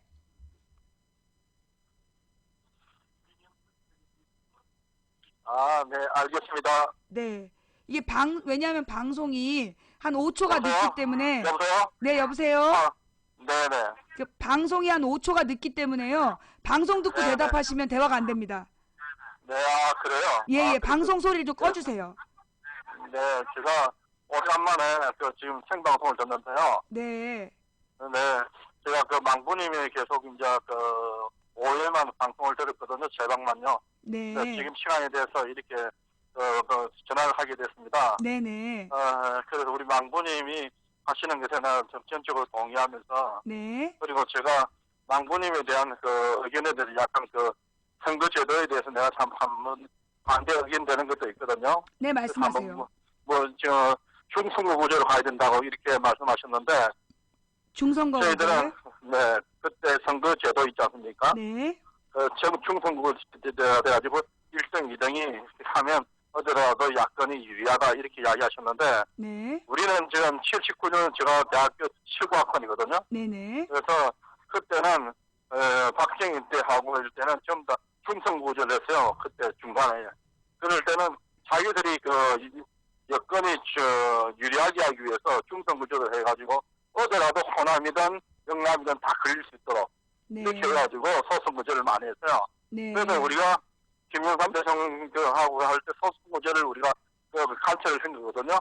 그래서 아. 지금 또 해가지고 소선구조를 간철했는데, 네. 지금 또 망부님 말자 충성구조를 가자 하니까 내가 좀 이해가 안 가더라고요. 네. 그래서 거기에 대해서 좀 우리는 중성구조를 폐지하고 소선구조를 가기 위해서 엄청난 투자를 많이 했거든요. 정말 네. 대학교 다닐 때 네.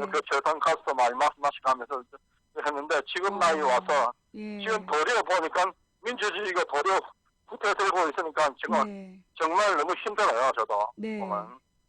그러니까, 그런데 네네. 중성구조에 가자는 거에 대해서 의견에 대해서 좀 한번 정확하게 다시 좀 짚어 주시면 좋을 것 같아요. 네네. 같습니다. 설명드려도 될까요? 네네. 네. 일단 선배님께서 활동을 하셨던 그 시대에는 사실 투표를 위한 정확한 정보가 전달되지 않고, 사실은 박정희와 전두환 그들의 끼리끼리의 선거였잖아요. 대통령도 그렇죠. 간접 선거로 뽑았고, 그래서 그 당시에 국회의원이라든가 무슨 투표인단, 대통령 투표인단이라든가 그들을 국민의 대표라고 뽑기는 인정하기는 어려웠던 것 같아요. 근데 이제 그런 구조가 어떤 이제 이 독재 체제에 유리하기 때문에 소선거구 제도를 만들면 진짜 작은 우리 동네 사람들끼리 서로 알고 투표를 하니까 그러면 유리할 것이다 해서 우리가 소선거제를 하지 않았습니까? 그렇죠. 그쵸. 그때만 하더라도 사실 선배님이 활동하시던 79학번 선배님들이 투쟁하시던 그 시절만 하더라도 김대중, 김영삼이 둘로 갈라져서 표를 갈라먹던 그런 건 상상하지 못했던 시절이었잖아요. 김대중, 박정희 둘 중에 하나를 고르는 거였지. 노태우와 김영삼, 김대중이 갈라지는 거는 사실 87년 이후에 나타난 현상이거든요. 아, 네. 그죠? 그러면서 87년 이후에 모든 선거가 야권이 분열되어 있음으로 인해서 표가 분산되는 문제가 반복적으로 된 겁니다. 물론 어떤 네. 분위기를 딱 타면, 그래서 이제 야권이 하나로 완전히 이제 어떤 명분상 야권이 압도적으로 이기면 야권이 우세해지기도 하지만, 기본적으로 국회의원 선거에서 미디어들, 소위 이제 그 중심 미디어들이 전부 다 이 여당 편을 들고 있는 상황에서는 소선거구제 하에서 야당이 분열되어 있는 상황에서는 안 된다는 거죠. 지금 이제 그 새누리당을 이길 수가 없는 구조라는 거예요. 구조적 모순. 그런데 이제 이 지금 이 구조적인 모순이 여보세요? 네, 말씀하십시오. 구조적인 모순이 오는 이유가 뭐냐? 야당의 각각 군소 야당들이 지금 우리 당은 없어질 수 없다. 우리 당의 정체성을 우린 유지하겠다. 이런 자기 당의 정체성을 위해서 지금 야권이 분열된 구조를 계속 가져가는 게 문제라는 거예요. 그래서 제가 중선거구제를 이야기한 것은 그 이제 누구에게 그 이 군소 야당에게 차라리 중선거구제로 가게 되면 그 한 지역에 있는 진보 세력이 전부 다 모이면 그 군소정당 하나 정도는 당선시킬 수 있으니까 지금보다는 당선 가능성이 있지 않느냐라는 뜻에서 중선거구 제도를 이야기했던 겁니다. 사실은 이제 정당 비례대표 지금 이제 오늘 제가 아까 선거구 제도 방송할 때 보셨는지 모르겠지만 지금 이제 오늘 제가 이야기한 중선거구제가 답이 아니에요. 저는 결정된 답은 아니고 소선거구제를 극복해야 된다. 지금처럼 야당이 여러 개로 나오는 상황에서는 소선거구제를 극복해야 된다는 게 제 주장이고요. 그 다음에 지금 중요한 거는 뭐 지금처럼 지역 대표는 현재처럼 뽑더라도 그 정당 비례대표 숫자를 왕창 늘리고 그거를 정당 비례 투표로 한다면 지금보다 훨씬 더 당이 다양해질 수도 있고 보다 더 진보적인 정책이 국회 안에서 현실화될 수 있는 가능성이 있기 때문에 그런 가능성도 긍정적으로 찾아가자. 제 생각은 그렇습니다. 그래서 반드시 중선거구제여야 된다는 건 제 주장은 아니고요. 중대 선거구, 여기서 대선거구제라는 게 속이 독일식 정당 명부제라는 거잖아요. 정당에만 투표하는 거. 근데 이제 선배님께서 옛날에 중선거구제에 반대하셨던 게 지금 진보정당이 주장하는 독일식 비례대표제하고 같은 거예요. 네. 그러니까 이거는 많이 알려지고 소위 미디어들이 장악하고 있는 상황에서 유명한 사람에게만 유리하다. 그러면 그 제도는 그만큼의 또 문제가 있는 거겠죠. 네네. 그죠? 어떤 선거라도 제도라도 문제가 없는 거라. 그렇죠. 어떤 선거구 제도라도 문제가 없지는 않은데 제 생각에는 네, 지금 소선거구제 하에서라도 야권의 후보가 단일화될 수 있는 그 합리적인 방법만 있으면 소선거구제도 문제는 없다고 봅니다. 그런데 지금 상황은 그렇지 않다는 제가 좀 거죠. 이야기해도 되겠습니까? 네네. 네네. 그 야권 단일화에 대해서는 네. 그들의 그래서 우리 진보적인 측면에서 그들이 가지고 있는 사상들이 일치가 안 됐다고는 저는 생각을 봅니다. 왜냐하면 그들이 우리의 그 대한민국의 민주주의한 진보적인 세력이었다면 정말 우리가 더욱더 나눠지지 않고 국민들이 민주주의를 위해서 희생을 해야 되는데 자기들이 욕심 때문에 진보하는 자체를 선거 때만 나오면 자기들이 색깔만 내놓지 국민을 위하지 않는 것 같아요. 그래서 내가 가장 마음이 아픕니다. 나도 지금 야당이고 진짜 뭐 하더라도 내가 여당을 찍어본 경험이 없는 사람이에요. 네. 그런데도 그들이 왜 욕심을 내려놓지 않는가 국민을 위해서. 그래서 내가 참 안타깝고 그리고 두 번째는 내가 우리가 해야 할 것에 대해서 그들이 비전을 제시할 수 있는 똑바른 것만 있으면 그들이 다 같이 합쳐서 욕심을 내려놓고 정말 국민을 위한 하나가 되어야 되는데 그것을 지금 제1야당의 세력이 그것을 내놓지 못하는 것 같아요. 가장 우선치. 두 번째는 진짜 진보라는 사람들이 국민을 위할 수 있어야 되는데 자기 정당만 위하는 거지 않나.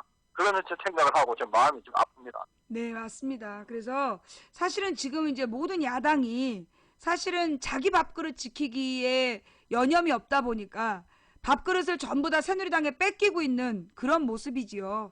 우리가 지금 고쳐가야 될 내용은 되게 많다고 생각하고 그럼에도 불구하고 우리 같은 사람들이 날마다 모여서 이렇게 날마다 모여서 본방이든 제방이든 무엇이 대한민국을 위한 길인가 날마다 수천 명이 모여서 토론하는 거 저는 이게 대한민국의 희망이라고 봅니다. 네, 그러니까 맞습니다. 우리 포기하고 절망하지 말고 네네. 계속해서 네네. 긍정적인 이야기들을 우리가 뿌리는 이 씨앗들이 되었으면 좋겠습니다. 선배님 오늘 전화 주셔서 대단히 감사합니다. 네, 이렇게 시간 내주셔서 감사합니다. 네, 네네. 예, 저기 부족한 네, 저의 네, 방송 네, 들어주셔서 들어가십시오. 예, 네. 감사합니다. 들어가세요. 네, 예, 네. 예. 자, 이렇게 해서 잠깐만요. 이 전화 끝. 네, 전화는 여기까지 받고 이게 아니 무슨 짰어요?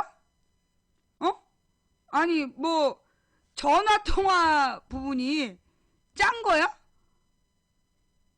아니 지난번 아니 언제였어? 월요일이었나? 화요일이었나? 뭐 2, 3분 단위로 굉장히 짧고 좋은 의견 쫙 나와. 그 다음 날은 20대가 전화를 해가지고 막 토론을 해. 그 다음 날은 30대가 미래에 대한 고민에 대해서 주장을 해. 오늘은 50대, 60대 분들이 전화를 해서 막 이 현실적인 이야기들을 해. 이거 뭐 지금 짠 거예요?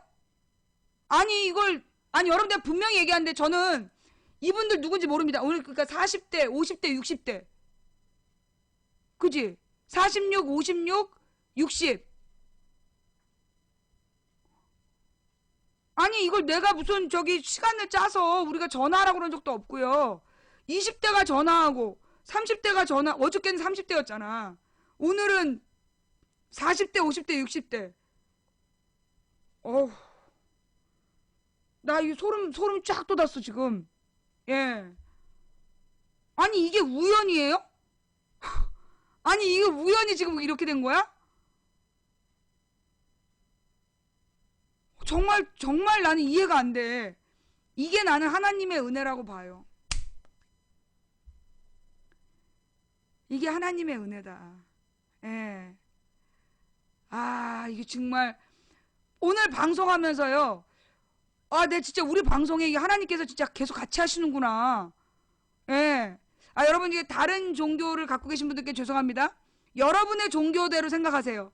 하여튼 이 세상을 창조하신 분이 이 세상을 창조하시고 이 우주를 창조하신 분이 우주의 섭리를 창조하신 분이 우리 방송에 분명히 함께하고 있는 것 같습니다. 예. 아, 제가 오늘 너무나 눈물로 시작했는데 오늘 방송 어떠셨어요? 네. 오늘은 정말 오늘도 저는 열심히 살았습니다. 아침 6시부터 시작해서 예. 아침 6시부터 시작해서 운동을 하고 딸내미를 데려다 주고 그리고 다시 또 운동을 하고 방송 준비를 하고 그리고 또 운동을 하고 요리를 막 같이 해서 먹고 최대한 망치 부인을 모르는 새로운 팬들을 데려와야 된다.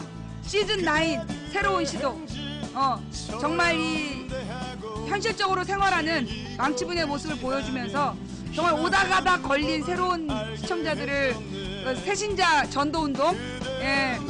그래서 모바일 방송도 하고 그리고 오늘 우리 생방송 진행 쭉 했고요. 그리고 오늘 전화 통화를 통해서 온전히 함께 하시는 그분을 뵀습니다. 감사드립니다. 예. 정말 우리 하나님께 저는 하나님을 믿는 사람이니까 제 식대로 부를게요. 하나님께 감사드립니다. 오늘 함께 해주신 모든 분들께 감사드립니다. 처음부터 끝까지 시청해주신 여러분께 감사드리고요. 그리고 오늘 후원해주신 모든 분들께 감사드립니다. 한 분 한 분 모두 감사드립니다. 팬가입해주신 분들 감사드리고요. 스티커 쏴주신 분들 감사드리고요. 별풍선 쏴주신 분들도 감사드리고요. 초콜릿 주신 분들도 감사드립니다. 그리고 매니저님들 수고하셨습니다. 그리고 이 방송을 녹음 녹화 떠서 인터넷에 뿌려주시는 여비곰님, 풍행국님, 참사장님 대단히 감사합니다. 전 세계에서 이 방송을 시청해주신 여러분께도 진심으로 감사드립니다. 오늘은 모두 감사합니다. 우리가 가는 길은 갈만한 길이라서 가는 것은 아닙니다. 세상에는 원래 길이 없었다. 그런데 많은 사람들이 가면서 길이 되었다. 한 사람이 꾸는 꿈은 꿈일 뿐이지만 백인이 꾸고 만인이 꾸면 현실이 된다. 된다고 믿든 안 된다고 믿든 당신의 믿음대로 될 것이다. 하지만 누군가 간절히 소망한다. 온 우주가 그의 소망을 위해 움직인다. 하루에 수천 명이 모여서 날마다 민주주의를 이야기하는 망치부인방 여러분 진짜 짱이십니다요. 감사합니다. 오늘 함께 해주셔서 대단히 감사드리고요. 예, 다음 방송은 4월 6일 월요일 낮 2시에 시작하겠습니다. 오늘도 함께 해주셔서 감사드립니다. 진심으로 감사드리고요. 다음 방송은 내일 낮 2시 아니 내일 낮 아니야 월요일 낮 2시